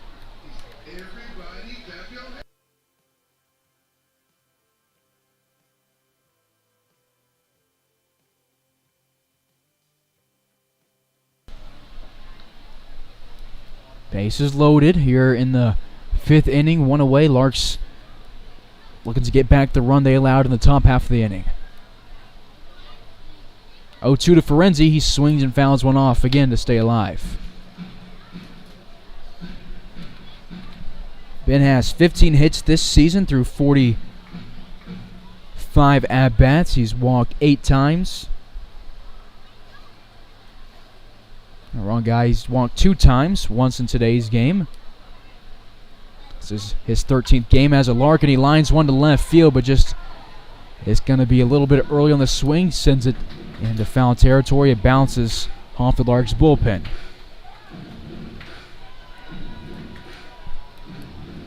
Frizzy doing a good job of staying alive with 2 strikes on him, and a duel here with Weaver.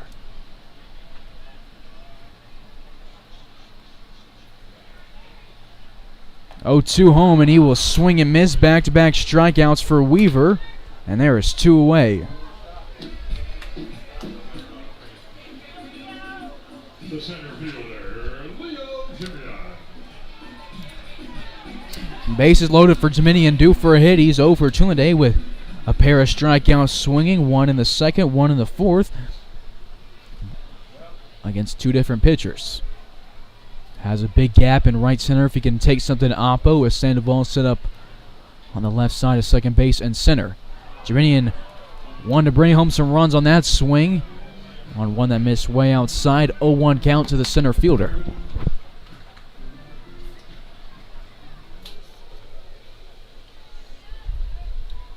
Larks have already left 7 on today. Dominion swings at 1 again. That was low and outside. Fouls it off. 0-2. I'm Weaver. I'm hitting that same spot again.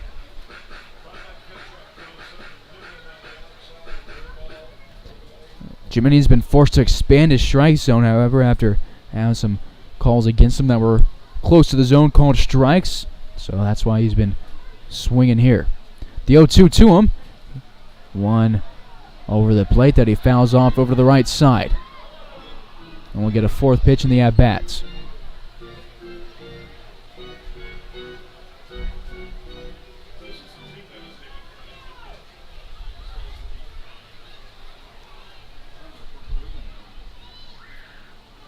This one outside, 1 ball, 2 strikes.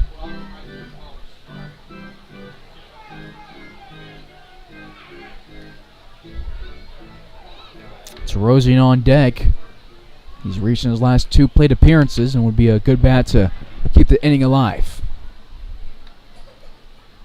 1-2, Dominion checks his swing. It'll be a drop 3rd strike. Cummings taps on the plate. Larks load the bases to start off the inning, and then Weaver responds with 3 straight strikeouts to leave the bases jacked. Larks have now left 10 on through 5 innings as Weaver strikes out his 15th, 16th, and 17th hitters of the season.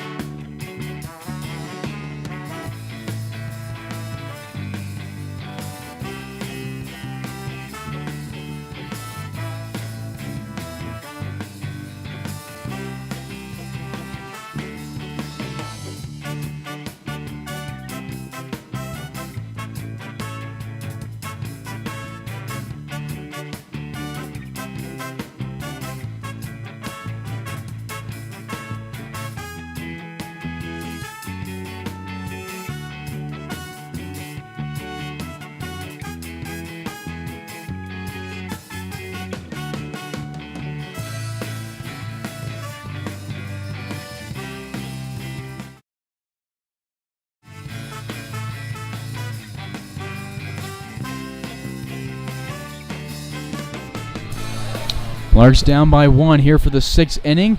First pitch from Walton, runs outside, but he gets a check swing out of Toby, who goes around 0-1 with the counts. Walton waits for him to get back in the box, looks over his glove, and as soon as he's back in, goes from the windup. Second pitch of the AB, sent over the left side, and foul. No balls, 2 strikes here to the second baseman, who's 0 for 2 in the day with a fielder's choice and a line out to Hutchison. Walton in a groove, the 0-2 home. Check swing, fouled off.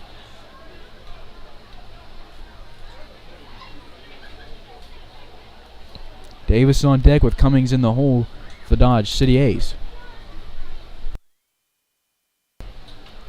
Ground ball foul again. We got a 5th pitch of the inning from Walton.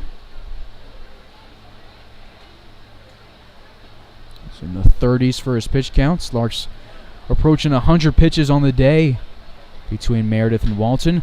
Line drive goes to right center field. It'll drop. Terosian will let Jiminian handle it on the warning track. Toby rounds second and will stay there. Leadoff double for Toby. His first hit of the ball game, the second time he's been aboard. The first baseman, number 24, Ryan Davis. Larks down by 1, but we'll have the top of the order up in the bottom of this inning. Go to Ryan Davis, who is 0 for 2 today with a strikeout and a flyouts. Dodge City scored a run in the 5th inning off of an error to get the lead back. Still up 3-2. First pitch from Walton, high and outside, 1-0 counts.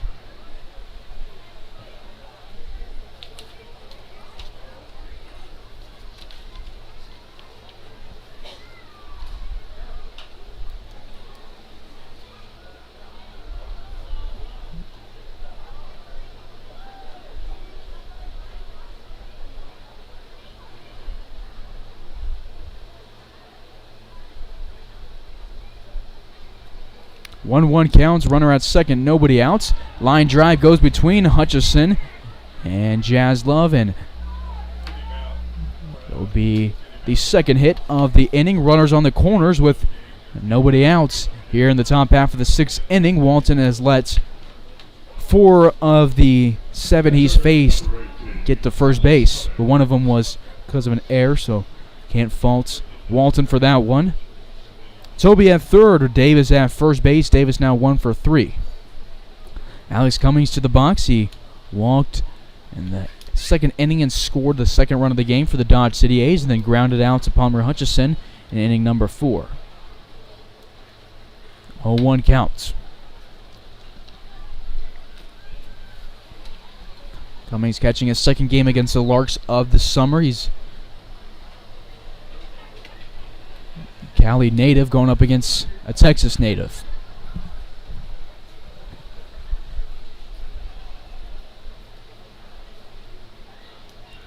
He shows bunt here and lines it to the backstop. And no bunt now for him with 2 strikes on him. Time to see what Walton's made of. Runner in scoring position with nobody else. See if you can clutch up and leave him stranded. Larks led the inning off with a double and a single and a walk in the last inning. Had him loaded with nobody out, then struck out 3 times in a row.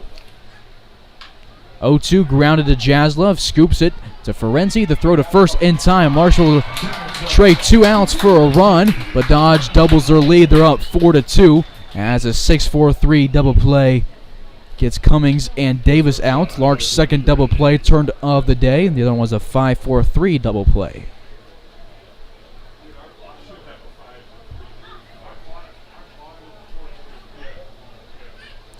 Bases empty in the top half of the 6th inning. Off speed from Walton will miss low and inside here to Brogdenbo, who is 1 for 2 today with a RBI double.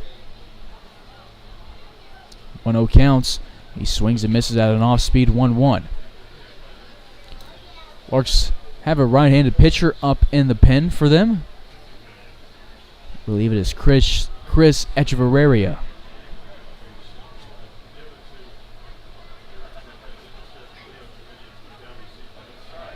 1-1 outside, 2-1 counts.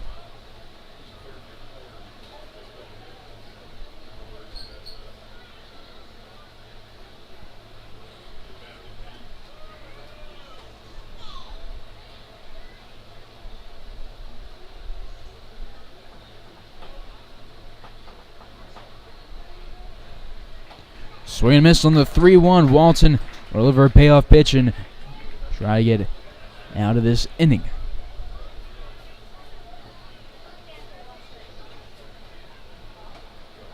And he gets it right there. Strikes out his 4th of the day on this payoff pitch after getting a double and a single allowed to start off the inning. He responds with a 6-4-3 double play and a strikeout. He's now sitting at 18 strikeouts on the season, but Dodge City gets a run and they extend their lead to 2 as we go to the bottom of the 6th. Hayes looking to rally.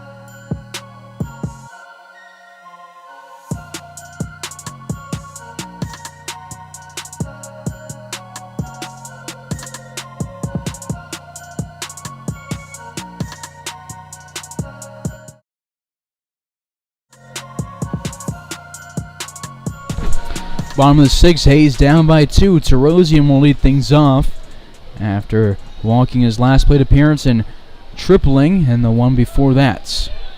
0-1 count after he fouls this one off. The difference between the Larks and the A's today is runners left on base. Through 6 innings, Dodgers left just 4 on and scored 4 runs. Hayes has only scored 2 through 5 and left 10 on base, leaving the bases loaded in the last inning. 1-1 count here to the leadoff man who's getting the start in right field tonight, back at the top of the order for the first time since I believe the season opener, after finding himself mainly at the 3 spot in the order. 2-1 count to Terosian. It's his 17th game played. He leads the team in appearances, and he sends one to left field. Zazarino moves back, takes a step in, and will record out number 1 in left field. Takes us to Tanner Rice, getting his first start at left field as a Lark. He is 0 for the day with a strikeout, a sacrifice fly, and a walk with 1 RBI. 1 away, base is empty for the Mesa, Arizona native. Played in 41 games as a true freshman this year at the University of Texas Arlington. Was second in walks with 20 behind former Lark Zach Henry. And racked up 29 hits as well with those 20 walks. 1-1 count here to tonight's left fielder. Still Weaver on the mound in his second inning of work. This is outside 2-1. He's given up 2 hits, a walk. Picked up 3 strikeouts and a flyout through the first 7 he's faced. Off speed hangs in the air. Rice sends it to the backstop. It's a non-league game between these two teams who are both in the RBL, so a loss or a win won't shake up the standings for either team. Larks currently in first place in the league, tied with the Liberal BJs, who are 8-1. Larks are 9-2. A's are 6-6, 3.5 games back.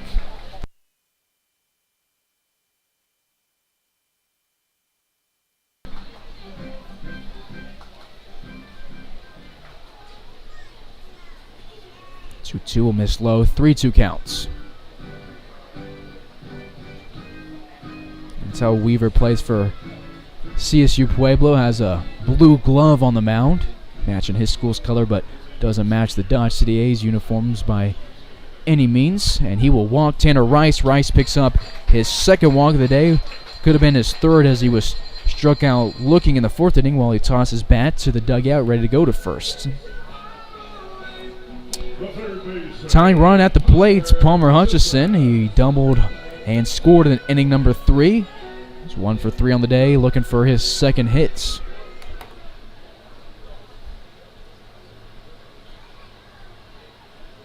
Rice this year on the base paths. 4 of 5 in attempts. Stealing. He scored 16 runs.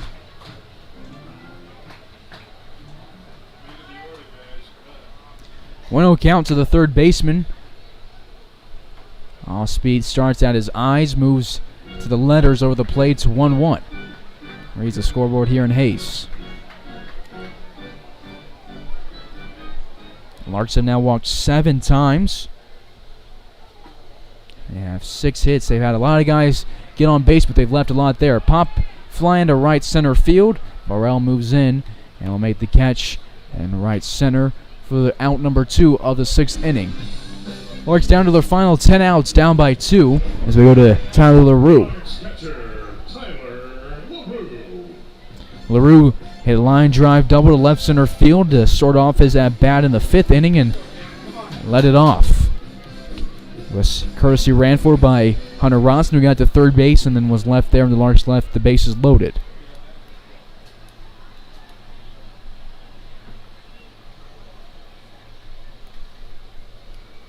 Weaver misses into the left-hander's batter's box. It bounces off of Cummings and rolls to the green turf. LaRue tells Rice to stay at first.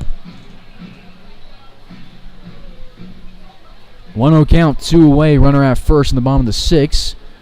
Larks down by 2 against the Dodge City A's.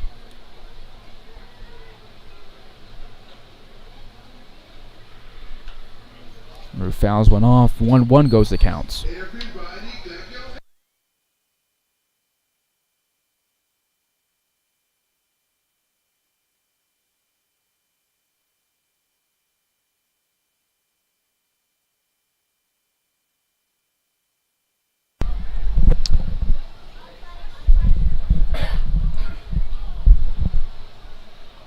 1-1 home. LaRue lines it to left field for his second hit of the day. Moves Rice into second base.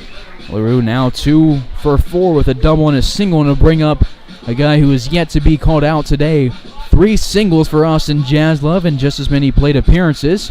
As he comes to the dish looking to move both guys over. Rice at second after his walk. LaRue at first. Today's Aces liquor beverage batter, the shortstop, Austin Jaslove. Jaslove at the 5-hole tonight for the first time this season. Looking for his 4th hit of the ball game.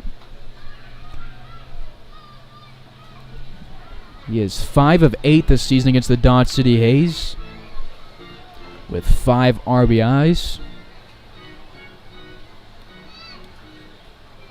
Had a big home run against them early on in the season.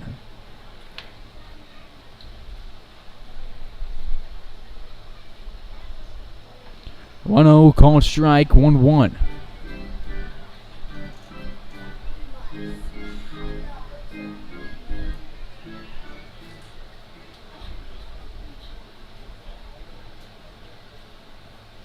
Rice gets his lead at second. LaRue at first. Jaslove grounds one on the turf. Denbo has some trouble with it. Everybody will be safe. And the Larks load the bases.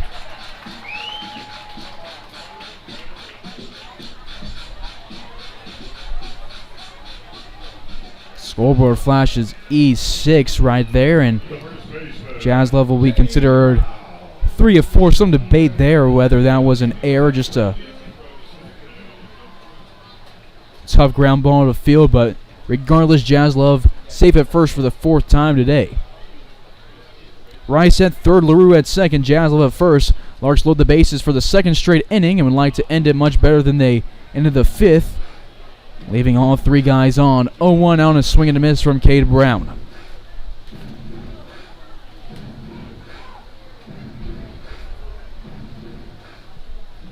Brown had 8 RBIs at the plate last year for the Larks and has 11 this year. 0-1, he sends to the backstop. He'll be down 0-2 at the counts.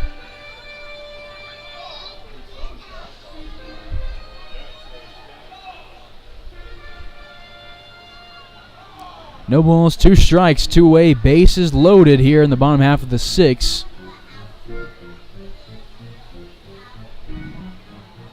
Get some new baseballs for the umpire and continue Cade Brown's at bats. Larks won't be here at Larks Park until Wednesday when they'll take on the Junction City Brigade. First pitch is 7 p.m. Catch it right here on Larks Network, and then they will go to Colorado for 4 games, so only a pair of games at Larks Park over the course of a week. Ground ball goes over the head of Weaver. It'll be a close play at first base, but Toby does make a nice throw and robs Cade Brown of an RBI infield single. And the Larks leave him loaded for the second straight inning. They've now left 13 on through 6 innings. We go to the 7th, down by 2.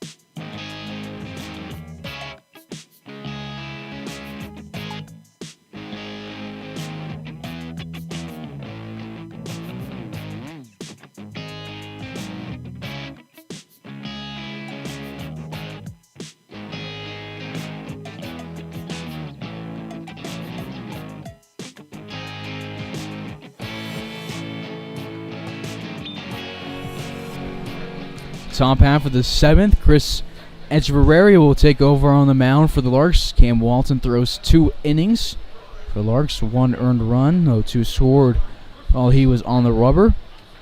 It's a 4-2 lead for the Dodge City A's.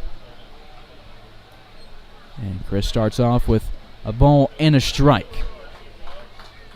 Angels Nazareno to lead things off. He's 0 for 0 on the day with a couple of walks and a run scored. Echeverria making his 8th appearance on the mound this season. He's thrown 10 1/3, giving up 14 hits, 8 walks and 8 strikeouts. Ground ball goes to the Larks dugouts. We'll go 1-2 at the counts.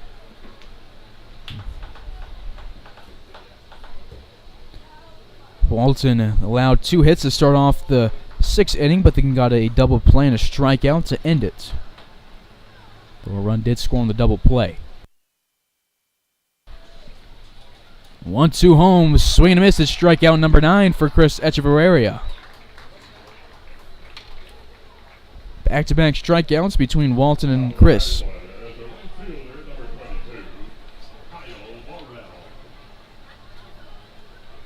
One away, so that's on the order. Kyle Morrell 0 for 2 on the day with a ground out and a double play. Did score a run in the 1st inning after being hit by a pitch. Echeverria leads the team now with 8 appearances on the mound.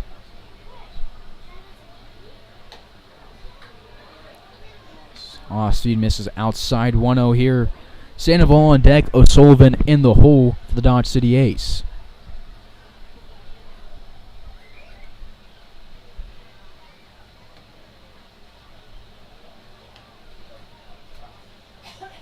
Two-0 count, 1 away.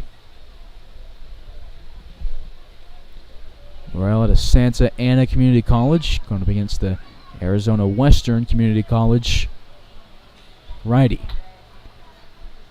4 balls, 3 strikes this inning for Echeverria. It's a 3-0 count to the right fielder.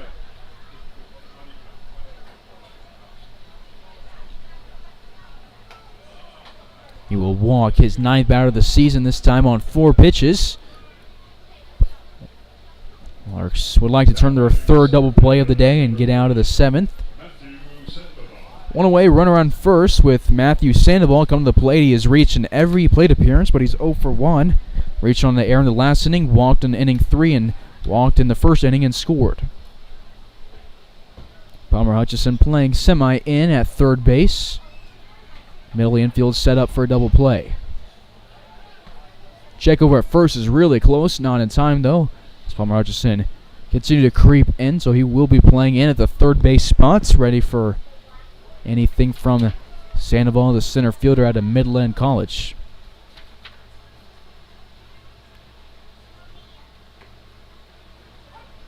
That's where he catches the outside corner, 0-1.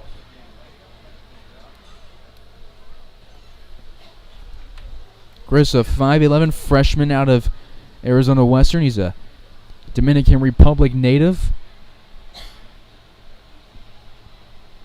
Sends his 2nd pitch of the AB home. Curveball that finds its way into the zone. Started in the right-hander's batter's box. Eventually moved over. He gives Palmer Hutchison a nod before going for the bag of chunk behind the mound and waits on Sandoval and get back in the box or on the mound.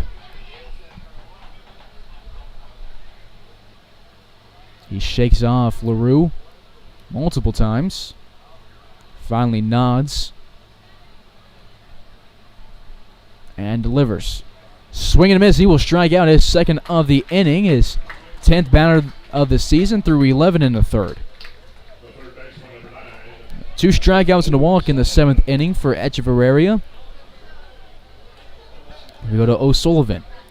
Chris's last appearance was against the Cougars on the 19th through 1 inning. No hits, no runs, 1 walk, however, but he left that guy on base.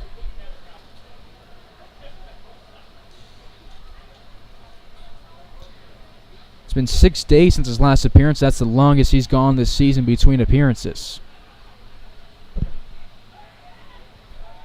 2-way check over at first, not in time. Morrell still sitting at first base. O'Sullivan at the plates, 1 for 3 with a single and an RBI. Do it for the Hayes Larks after the 7th inning stretch. Bonham 3, Evans, Ferenzi, and Jeminian. This one will miss low. And they caught Echeverria with the balk. A balk has been thrown.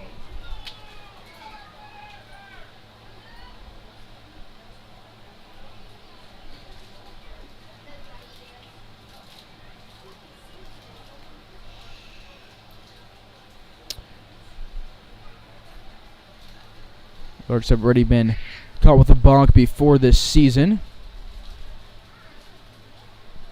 Trying to find what number that is for Echeverria. This one goes off the face mask of LaRue, and it allows Morel to move up to third base. That's Chris's first balk of the season.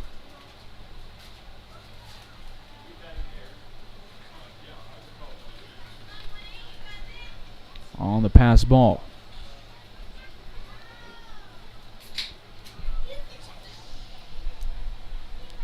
Echeverria on the mound. Scoreboard reads a 2-0 count.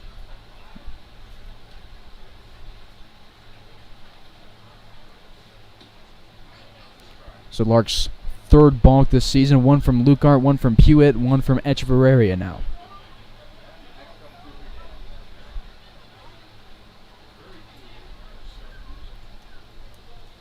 Sullivan looking to get aboard for the second time today.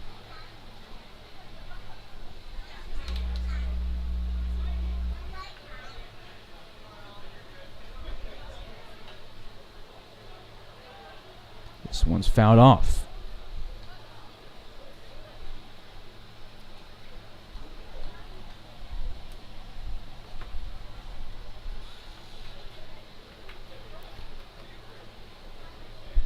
Three-one count for the third baseman.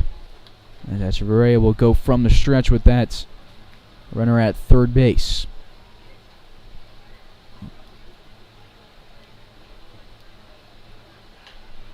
Fly ball over the right side, and we'll get a payoff pitch. Echeverria looking for his third strike of the inning and to leave Morel at third base. Under the lights here in Hayes. 9:14 p.m. Here in the seventh inning, 2 away, runner in scoring position.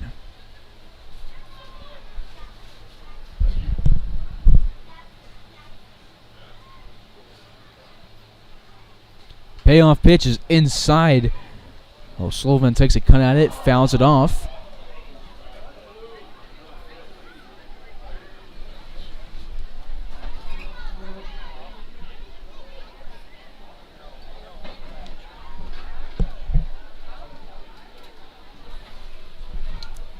And over to the right side of field, out of play. And the crowd let out a gasp as it was in the parking lot. We'll get a second payoff pitch from Echeverria from the stretch. Gets a swing and a miss, and he strikes out his third of the seventh inning. Has now struck out 11 this season through 11 and 2/3.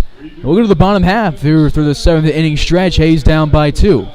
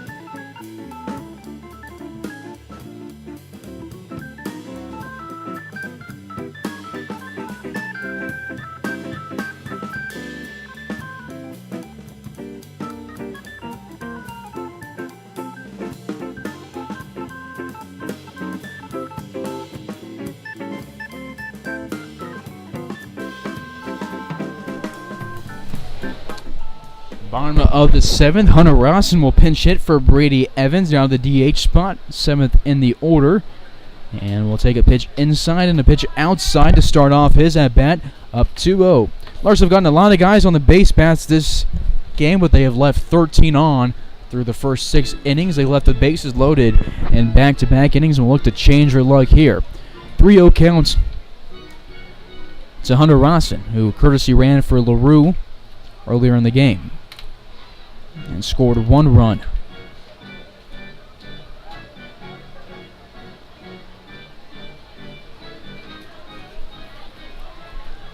Three-1 hitters counts for the new DH out of UTA. And this pitch will be a slider outside and a leadoff walk for Hunter Rawson. New pitcher into the game is Roberto Gonzalez for the Dodge City A's. His second appearance for them this season. His only appearance prior to this one was against Liberal on Wednesday. He threw an inning and got the save. No hits, no runs, a walk, and a hit by pitch along with the strikeouts. Runner at first base, nobody out. Tying run at the plate, go-ahead run on deck. It's Ferenzi, who's 0 for 2 today with a walk, a strikeout, and a flyouts. 1-0 counts.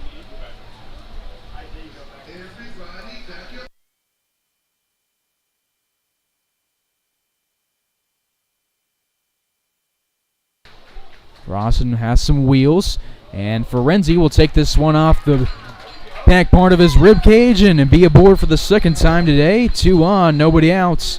Larks started off the 5th inning with runners on first and third, and then got a walk and then 3 straight strikeouts. And it'll be Braden Lucarts who will pinch hit for the center fielder Leo Jiminian, who's 0 for 3 with 3 strikeouts. We'll get a mound visit with Gonzalez.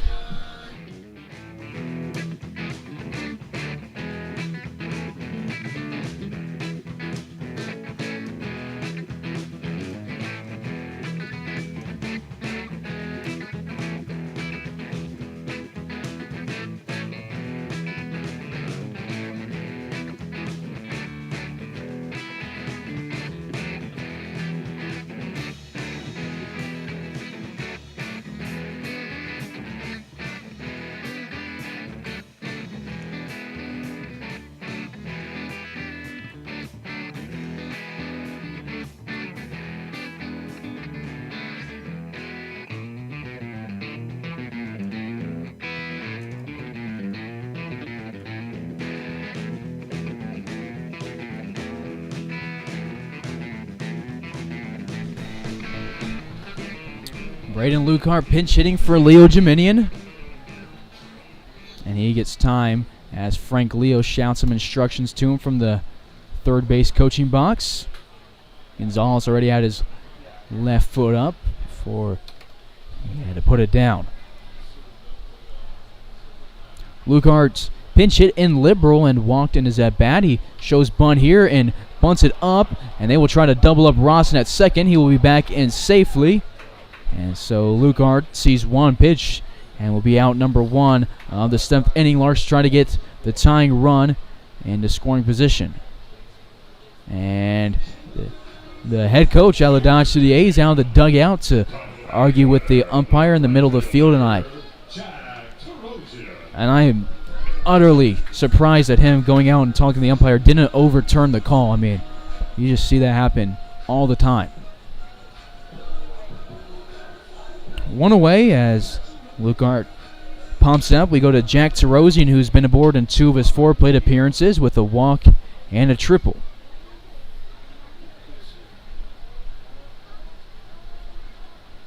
Tarosian this year has 22 hits, 4 of them extra base hits. Watches a fastball miss outside, 1-0. He's slugging .448 with an on-base percentage close to 500. Entered this game with a .493 on-base percentage. It goes up a tick or 2 as he's 2 for 4 in terms of getting on base in his plate appearances. Time is called here. Cummings wants to go out and have a chat with Gonzalez. Rawson at second base. Ferenzi at first base. Tarosian at the plate. Rice on deck. Hutchison in the hole for Hayes. Larks looking for win number 14 of the season. He's looking for their 9th of the season. This is the 18th game of the year for both squads in a non-league contest.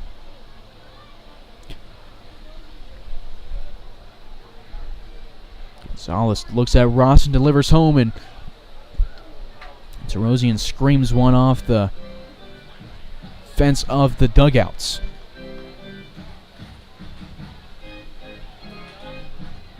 One ball, one strike, one away, two on.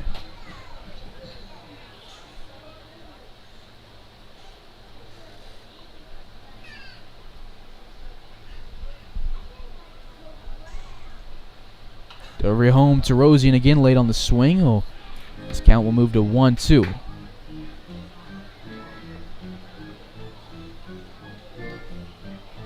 Struck out and flew outs on the 2 at-bats that he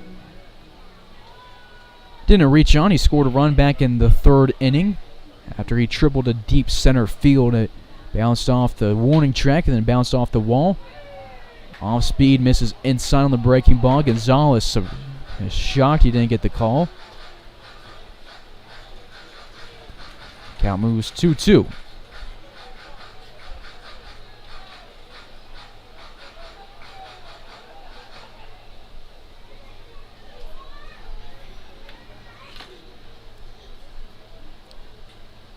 Gonzalez delivers from the stretch. Tarosian hits it well to the right side, but it was a little bit early on the swing and brought it out of play.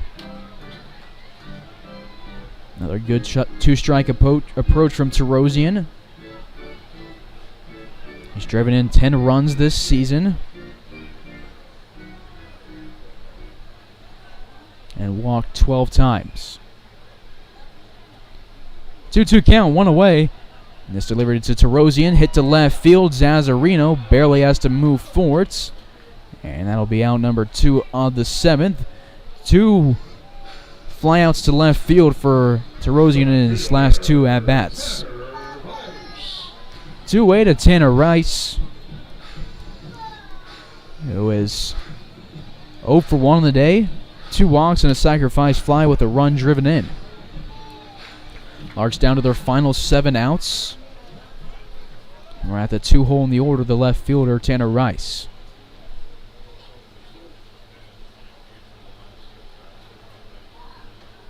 Speed misses above the letters to the Mesa native.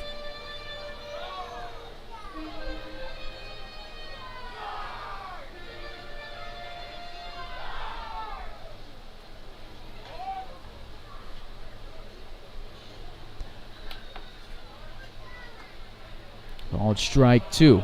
Rawson was left at 3rd base in inning number 3 and left at 2nd base in the last inning. Both times running for Tyler Rue. Larks have left 13 on through 6 innings. The 1-1 delivered to Rice. Called strike 2 over the outside part of the plates.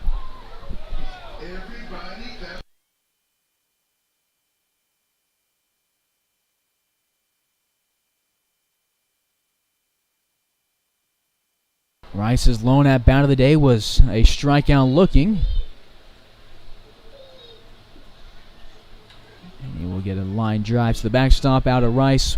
1-2 will remain the count. We'll get a 5th pitch in the at-bats.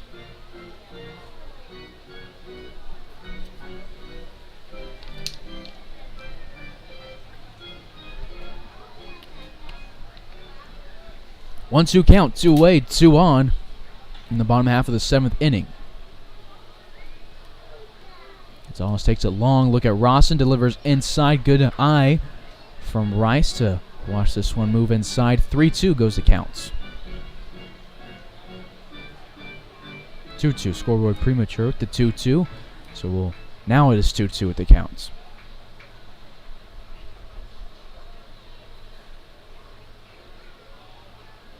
Check over at Rawson. He slides in under the tag. Good attempt from Gonzalez, however. Rawson at second, Ferenzi at first for the Larks, who start off this inning with a walk and a hit by pitch. Since then we had a bunt pump back up to Gonzalez and then a fly out to Zazzarino. Rice will go down looking for the 2nd time today, and he is In shock of the call, Larks will leave their 14th and 15th runners on base of the day and will go to the 8th inning down by 2.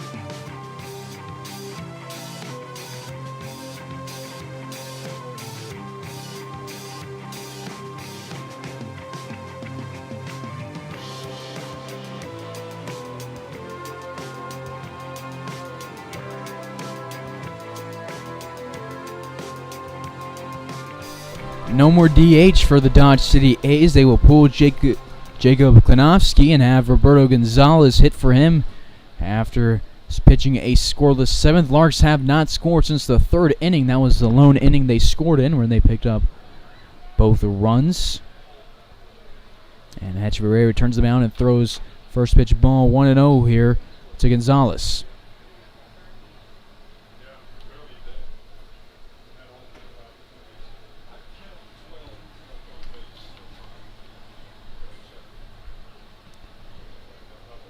Gonzalez at the plate. 2-0 counts. He has 24 at-bats this year as a Dodge City A and grounds this one to Hutchison on a chopper. It goes high. Hutchison waits on it, runs in, throws across the diamond. Echeverria has retired 3 straight. Hutchison's had a really good game at the hot corner for the Larks. And he gets us out number 1 of the 8th. To Toby to the box. He has reached 2 times today on a fielder's choice and a double. He scored the 4th run of the game for the Dodge City A's back in the 6th inning. Dodge scoreless since then. Echeverria struck out 3 and walked 1 in the 7th inning, left 1 on.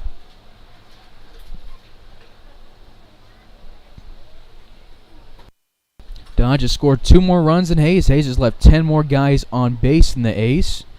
Dodge 5 hits, 6 walks, 4 runs, 5 left on.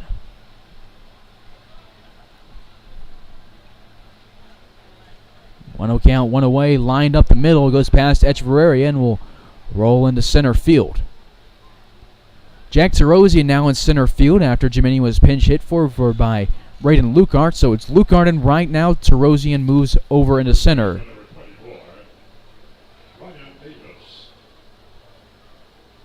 Larks had 2 pinch hitters in the 7th inning, Lukarts and Rawson. Infield still the same. Hutchison at third, Jazz at short, Frenzy at second, Brown at first. Rice still in left field for the Larks. Ground ball up the middle. Echeverria fields it off the mound to Jazz Love. Larks turn their 3rd double play of the day. This one a 1-6-3 double play, and Jazz Love taken out by the slide, still gets a throw in time. He's been a part of 2 of the 3 A double plays today, and it'll take us to the bottom of the 8th. Hayes down by 2.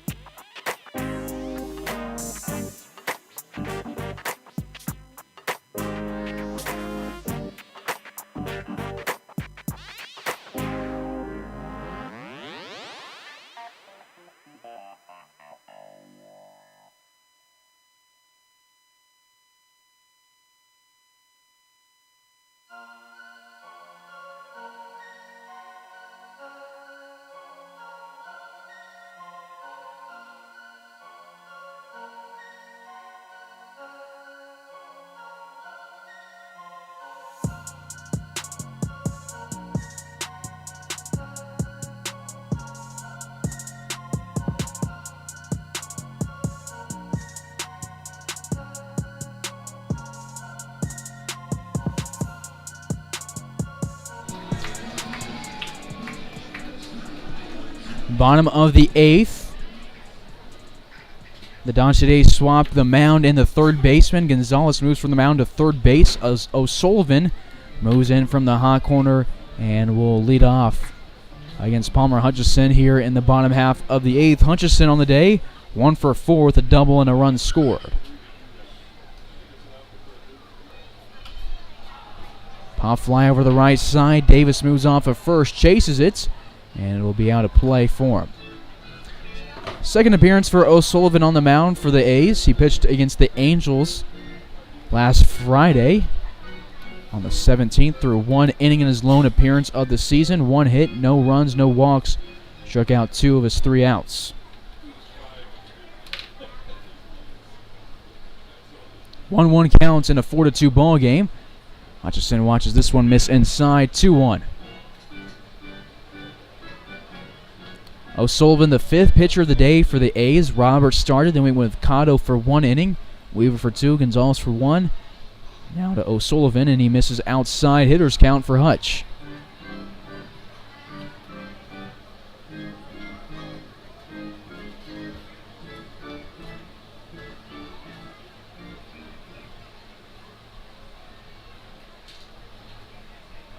Three-one count, bottom of the 8th. Delivery will catch the zone. Hutchison thought he had a walk. So did the Larks fans. But the count will go 3-2. We'll get a payoff pitch to the Larks' third baseman.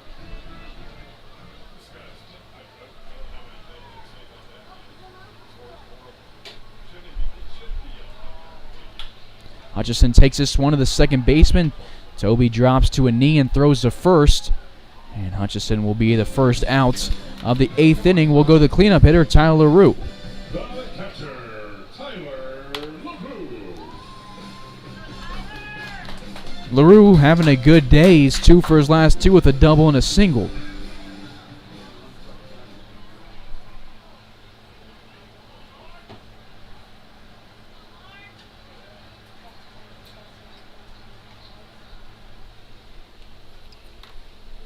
Before that, he flew out to left field and flew out to right field.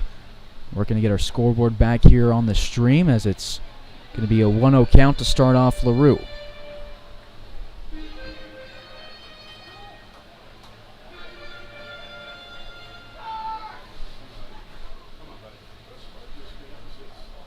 Looks like we'll get it back. Bomb the 8th, 1 away. LaRue hits one to left field. It's going to be close to fair territory, and it will be.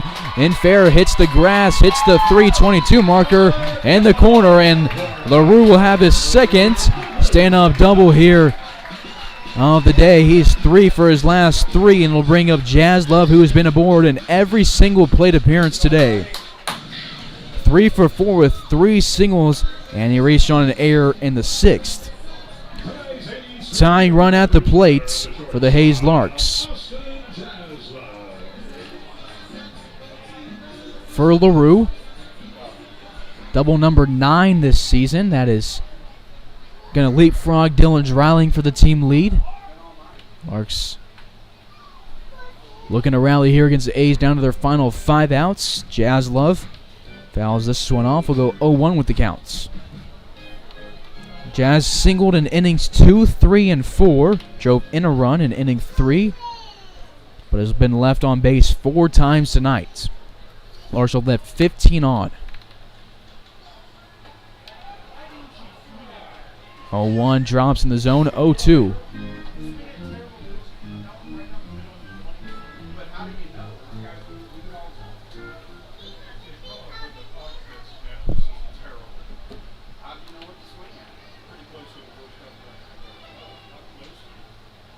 One away, runner at second base in LaRue. No courtesy runner for the catcher, and Jazz Love will be out for the first time tonight. Goes down swinging. O'Sullivan picks up his 3rd strikeout through 1 2/3. Takes us to Cade Brown, the DH tonight, or the first baseman, excuse me, who's 0 for 2 with a couple of walks.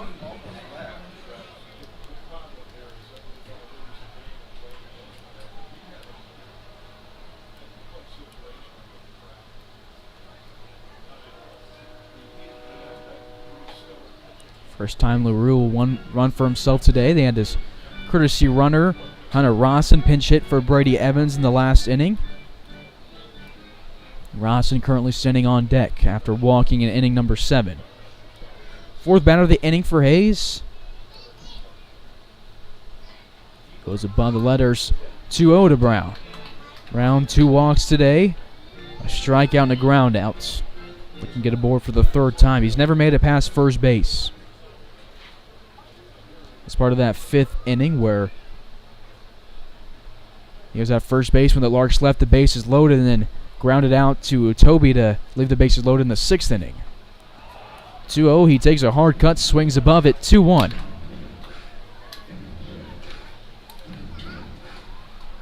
Cade this year, 2 doubles, 2 home runs, 11 RBIs. He's slugging .571.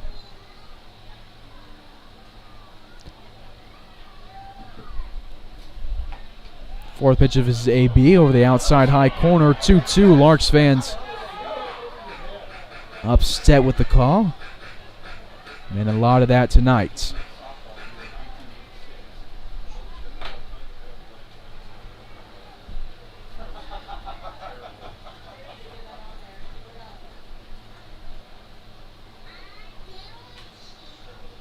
Two home, and Brown will strike out for the 2nd time today. Larks leave LaRue at second, and we will end the 8th inning. Larks scoreless for the 5th straight inning. To the 9th we go. Hayes down by 2.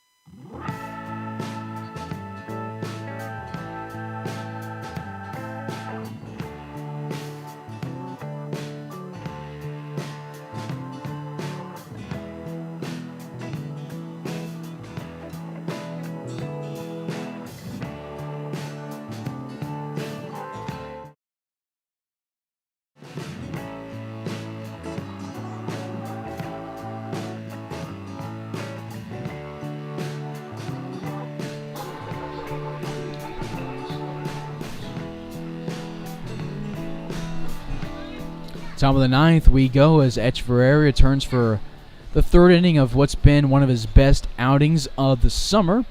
It's a swing and a miss out of the 7-hole. Alex Cummings will have to work through the bottom three of the order to get the Larks to the bottom of the ninth.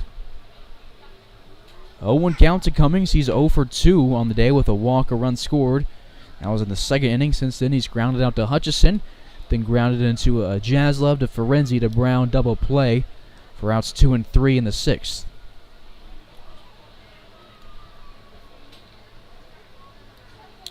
Echeverria got an inning-ending double play in the 8th inning, faced the minimum. Gets a ground ball over his glove, but Ferenzi's there to back him up. His throw to first in time for outs number 1 of the ninth. 1 away. Echeverria through 2 1/3 has allowed 1 hit, striking out 3, 1 walk. All 3 strikeouts were in the 7th inning. Season high in strikeouts is 3. That was in the home opener against Great Bend, where he struck out the side in the 9th inning. 1-0 count, and Chris wants a new ball. 1 away, base empty, top of the 9th. Larks will be trying to get at least 2 in the bottom of this inning, and will be the bottom 3 of the order: Ross and Ferenzi and Lukart.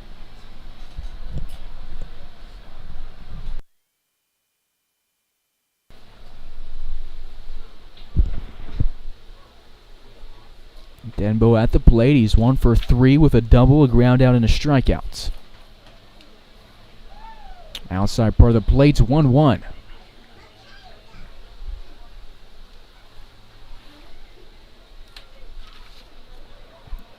Denbo, a California native, going up against the Auto Mayor del Rey Dominican Republic native, and he's down the count 1-2. Chris looking for a season high in strikeouts. We'll go and get some chalk before stepping back on the rubber. Larks have been scoreless since the 3rd inning, but have kept Dodge off the scoreboard in the past 2 with Echeverria on the mound. 1-2 home. It's a slider that misses outside. 2-2.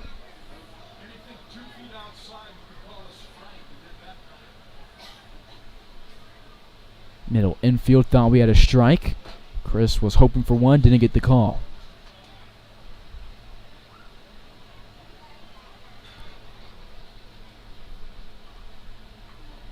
Two home, swung and a miss, and his season high for strikeouts will happen tonight. His 4th of the day, his first since the 7th inning. And there's 2 away, base is empty. He faced a minimum in the 8th, would like to do it again here in the 9th. Larks 1-0 against Dodge this year. They won 10-3 on the 7th. That was the first league game of the season. This is a non-league game, so it won't affect anything. This one above the letters.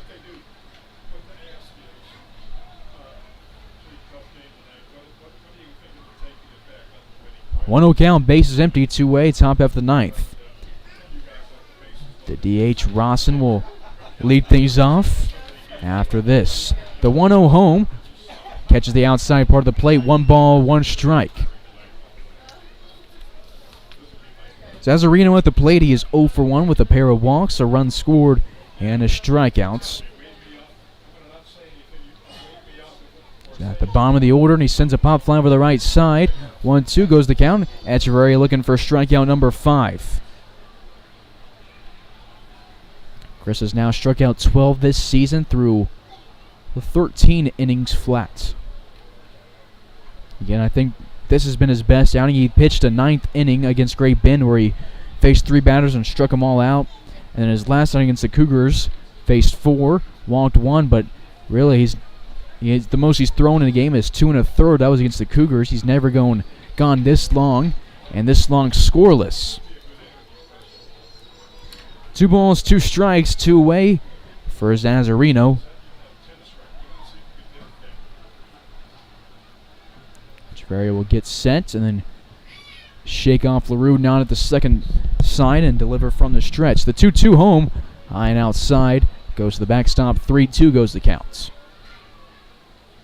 Chris smiles after the delivery and will get a payoff pitch out of him. Two teams will meet tomorrow in Dodge. Catch the game on Larks Network. First pitch at 7 p.m. for Game 2 of a 3-game series.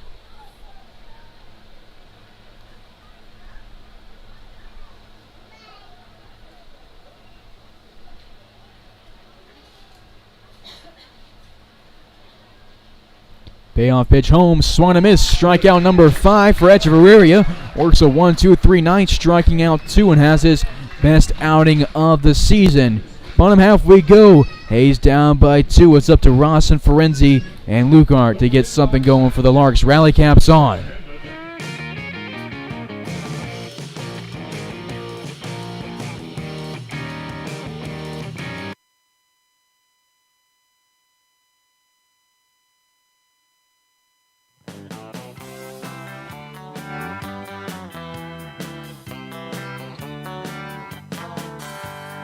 Meet me down at the ballpark, where I'll be rooting for the Hayes Larks.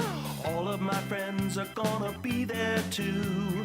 Nothing in the world I'd rather do than grab a hot dog burger and a cold beer. You'll hear me yelling out a big cheer, 'cause whether they win or whether they lose, I'll be rooting for the Hayes Larks. Hayes Larks!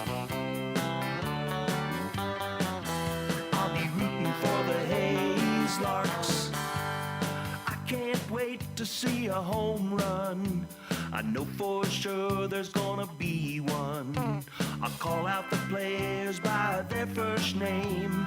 Sure am glad I made it to the game. Rain or shine, I'm gonna be there. If the stands are full, I'll bring a lawn chair. So join me down at the old ballpark. I'll be rooting for the Hayes Larks. Hayes Larks! So join me down at the old ballpark. I'll be rooting for the Hayes Larks. Hayes Larks!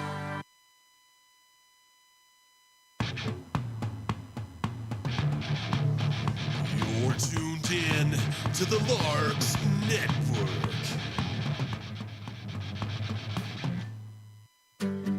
Bottom of the 9th, Hunter Rawson will lead things off for the Larks. 0 for 0 on the day with the walk. Takes a first pitch strike here from O'Sullivan in his second inning of work. Sullivan struck out 2 and allowed a double. And the last inning and starts off up in the count. No balls, 2 strikes against the new DH for the Larks. Larks down by 2. Dodge gets 4 runs off of 6 hits, 6 walks, leaves 5 on through 9 innings. O'Sullivan from the windup. Rawson fouls one off to stay alive.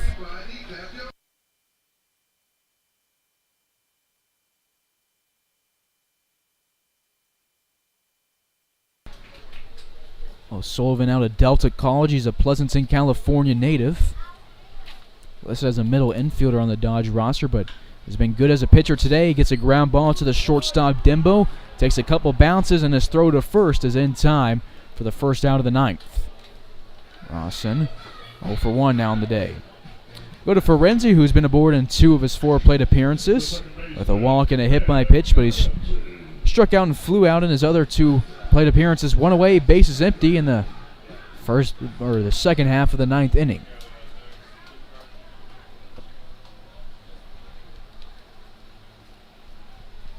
Defense straight up here against the second baseman out of Melbourne, Australia. Swings and fouls this one off 0-1.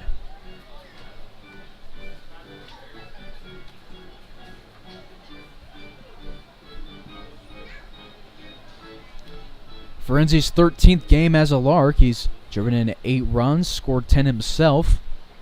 Has an on-base percentage of .408 entering this game. All strikes this inning so far from O'Sullivan. Starts off both batters with an 0-2 counts.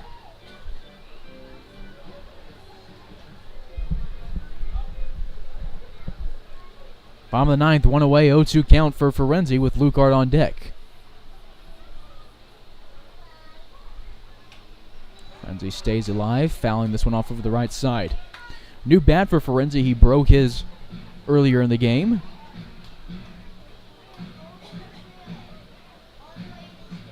Borrowed Leo Jimenians, who was pinch hit for by Braden Lukart in the last inning.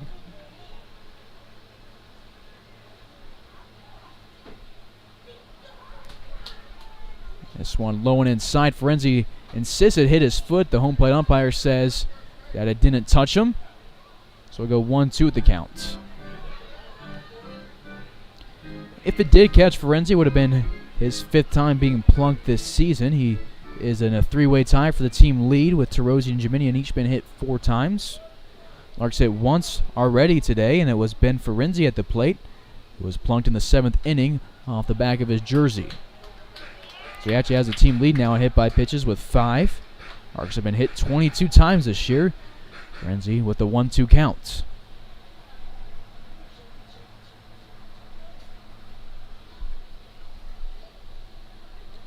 Sullivan from the windup, the 1-2 home.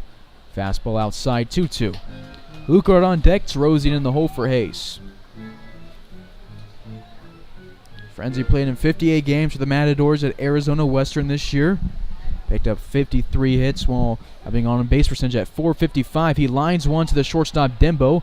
Bounces in front of him. Ferenzi sprints to first but will still be thrown out. Back-to-back ground outs. Dembo at shortstop brings the Larks to their final outs. Goes to Braden Lucart sporting a new walk-up song. 2-way bases empty in the bottom of the 9th. Lucart 0 for 1 after popping out in the pinch hitting opportunity in the 7th. Tried to lay down a sacrifice bunt and move runners over to 2nd and 3rd. Putting Ferenzi at 2nd, Rawson at 3rd, but instead he popped out to the pitcher of the time, Gonzalez. And he will take a first pitch ball, 1-0. First pitch ball from O'Sullivan in the inning. He checks with the umpire to make sure it was outside. 1-0 count, 2-way, bases empty.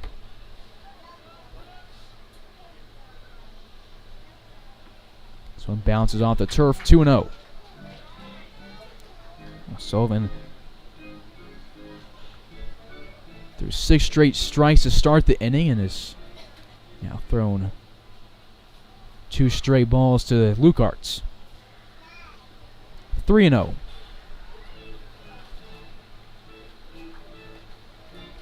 Lucart this season, he's picked up 7 walks while batting .182 with an on-base percentage at .379.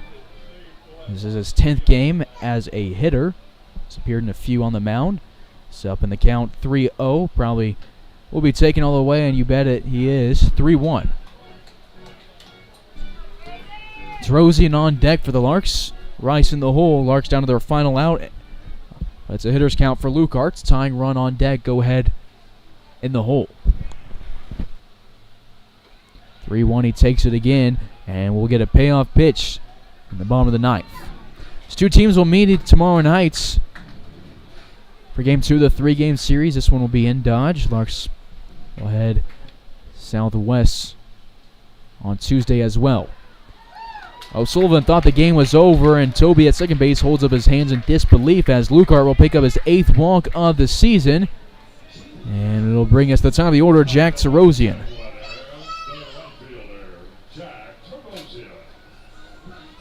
We'll get a mound visit here. Game continues on. Runner at first base with 2 away. Terozzian on the day, 1 for 4 with a triple and a walk. Has struck out and flew out as well. 2 flyouts, both to left field. Rice on deck. Hutchison in the hole for Hayes. Tying run at the plate. Go ahead run on deck. It's the first base runner over the past 4 outs for the Larks. O'Sullivan retired 4 straight on back-to-back strikeouts to end the 8th inning and then back-to-back groundouts to start the 9th inning. Larks have lost 2 of their last 3, but they won their last game against Liberal in Game 2 of the doubleheader. Terozzian looking to get aboard for the 3rd time today. Put his hitting streak at 3 games back in the 3rd inning. He had a 7-game hitting streak going to Liberal, and it was snapped, or going into the game against the Cannons. Then went to Liberal with a 0-game hitting streak after having it snapped. Fouls this one off, 0-1 with the counts.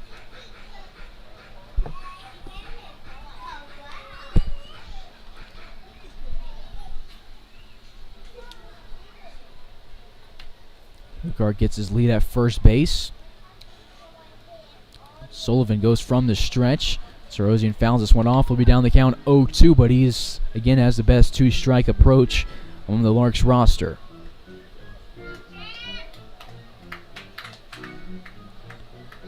Big pitch coming up, 0-2, so Sullivan can waste it if he won. So Rosian's going to be forced to protect the plates.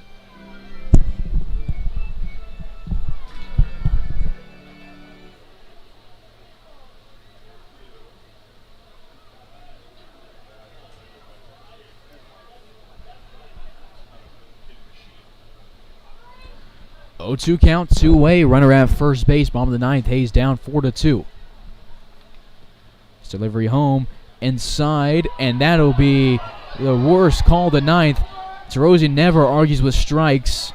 Has a word for the umpire, and the fans can't believe that. That one almost hit Rosian, and he will strike out to end the ball game. A unbelievable call to end the ball game. Frank Leo talks to the umpires as they walk off the field, and we'll end it in a dramatic fashion. Larks leave a total of 17 guys on base today and lose it 4-2 with a weird strike zone tonight. So we'll hope everything's better tomorrow, but it's tough to complain about the strike zone when you've left 17 guys on base through 9 innings, left the bases loaded in back-to-back innings in the 5th and the 6th. And we will take on the A's tomorrow for Game 2 of the 3-game series in Dodge. So be sure to tune in tomorrow night. First pitch at 7 p.m. as we go to Dodge City. And then off Monday, take on the A's to finish the series on Tuesday. Larks lose it 4-2 tonight. Losing pitcher is Cam Walton for the Larks. And they will take on the A's tomorrow night. First pitch at 7 p.m. We'll see you then. This has been Carson Ackerman on Larks Network. Thank you for tuning in. Have a good night.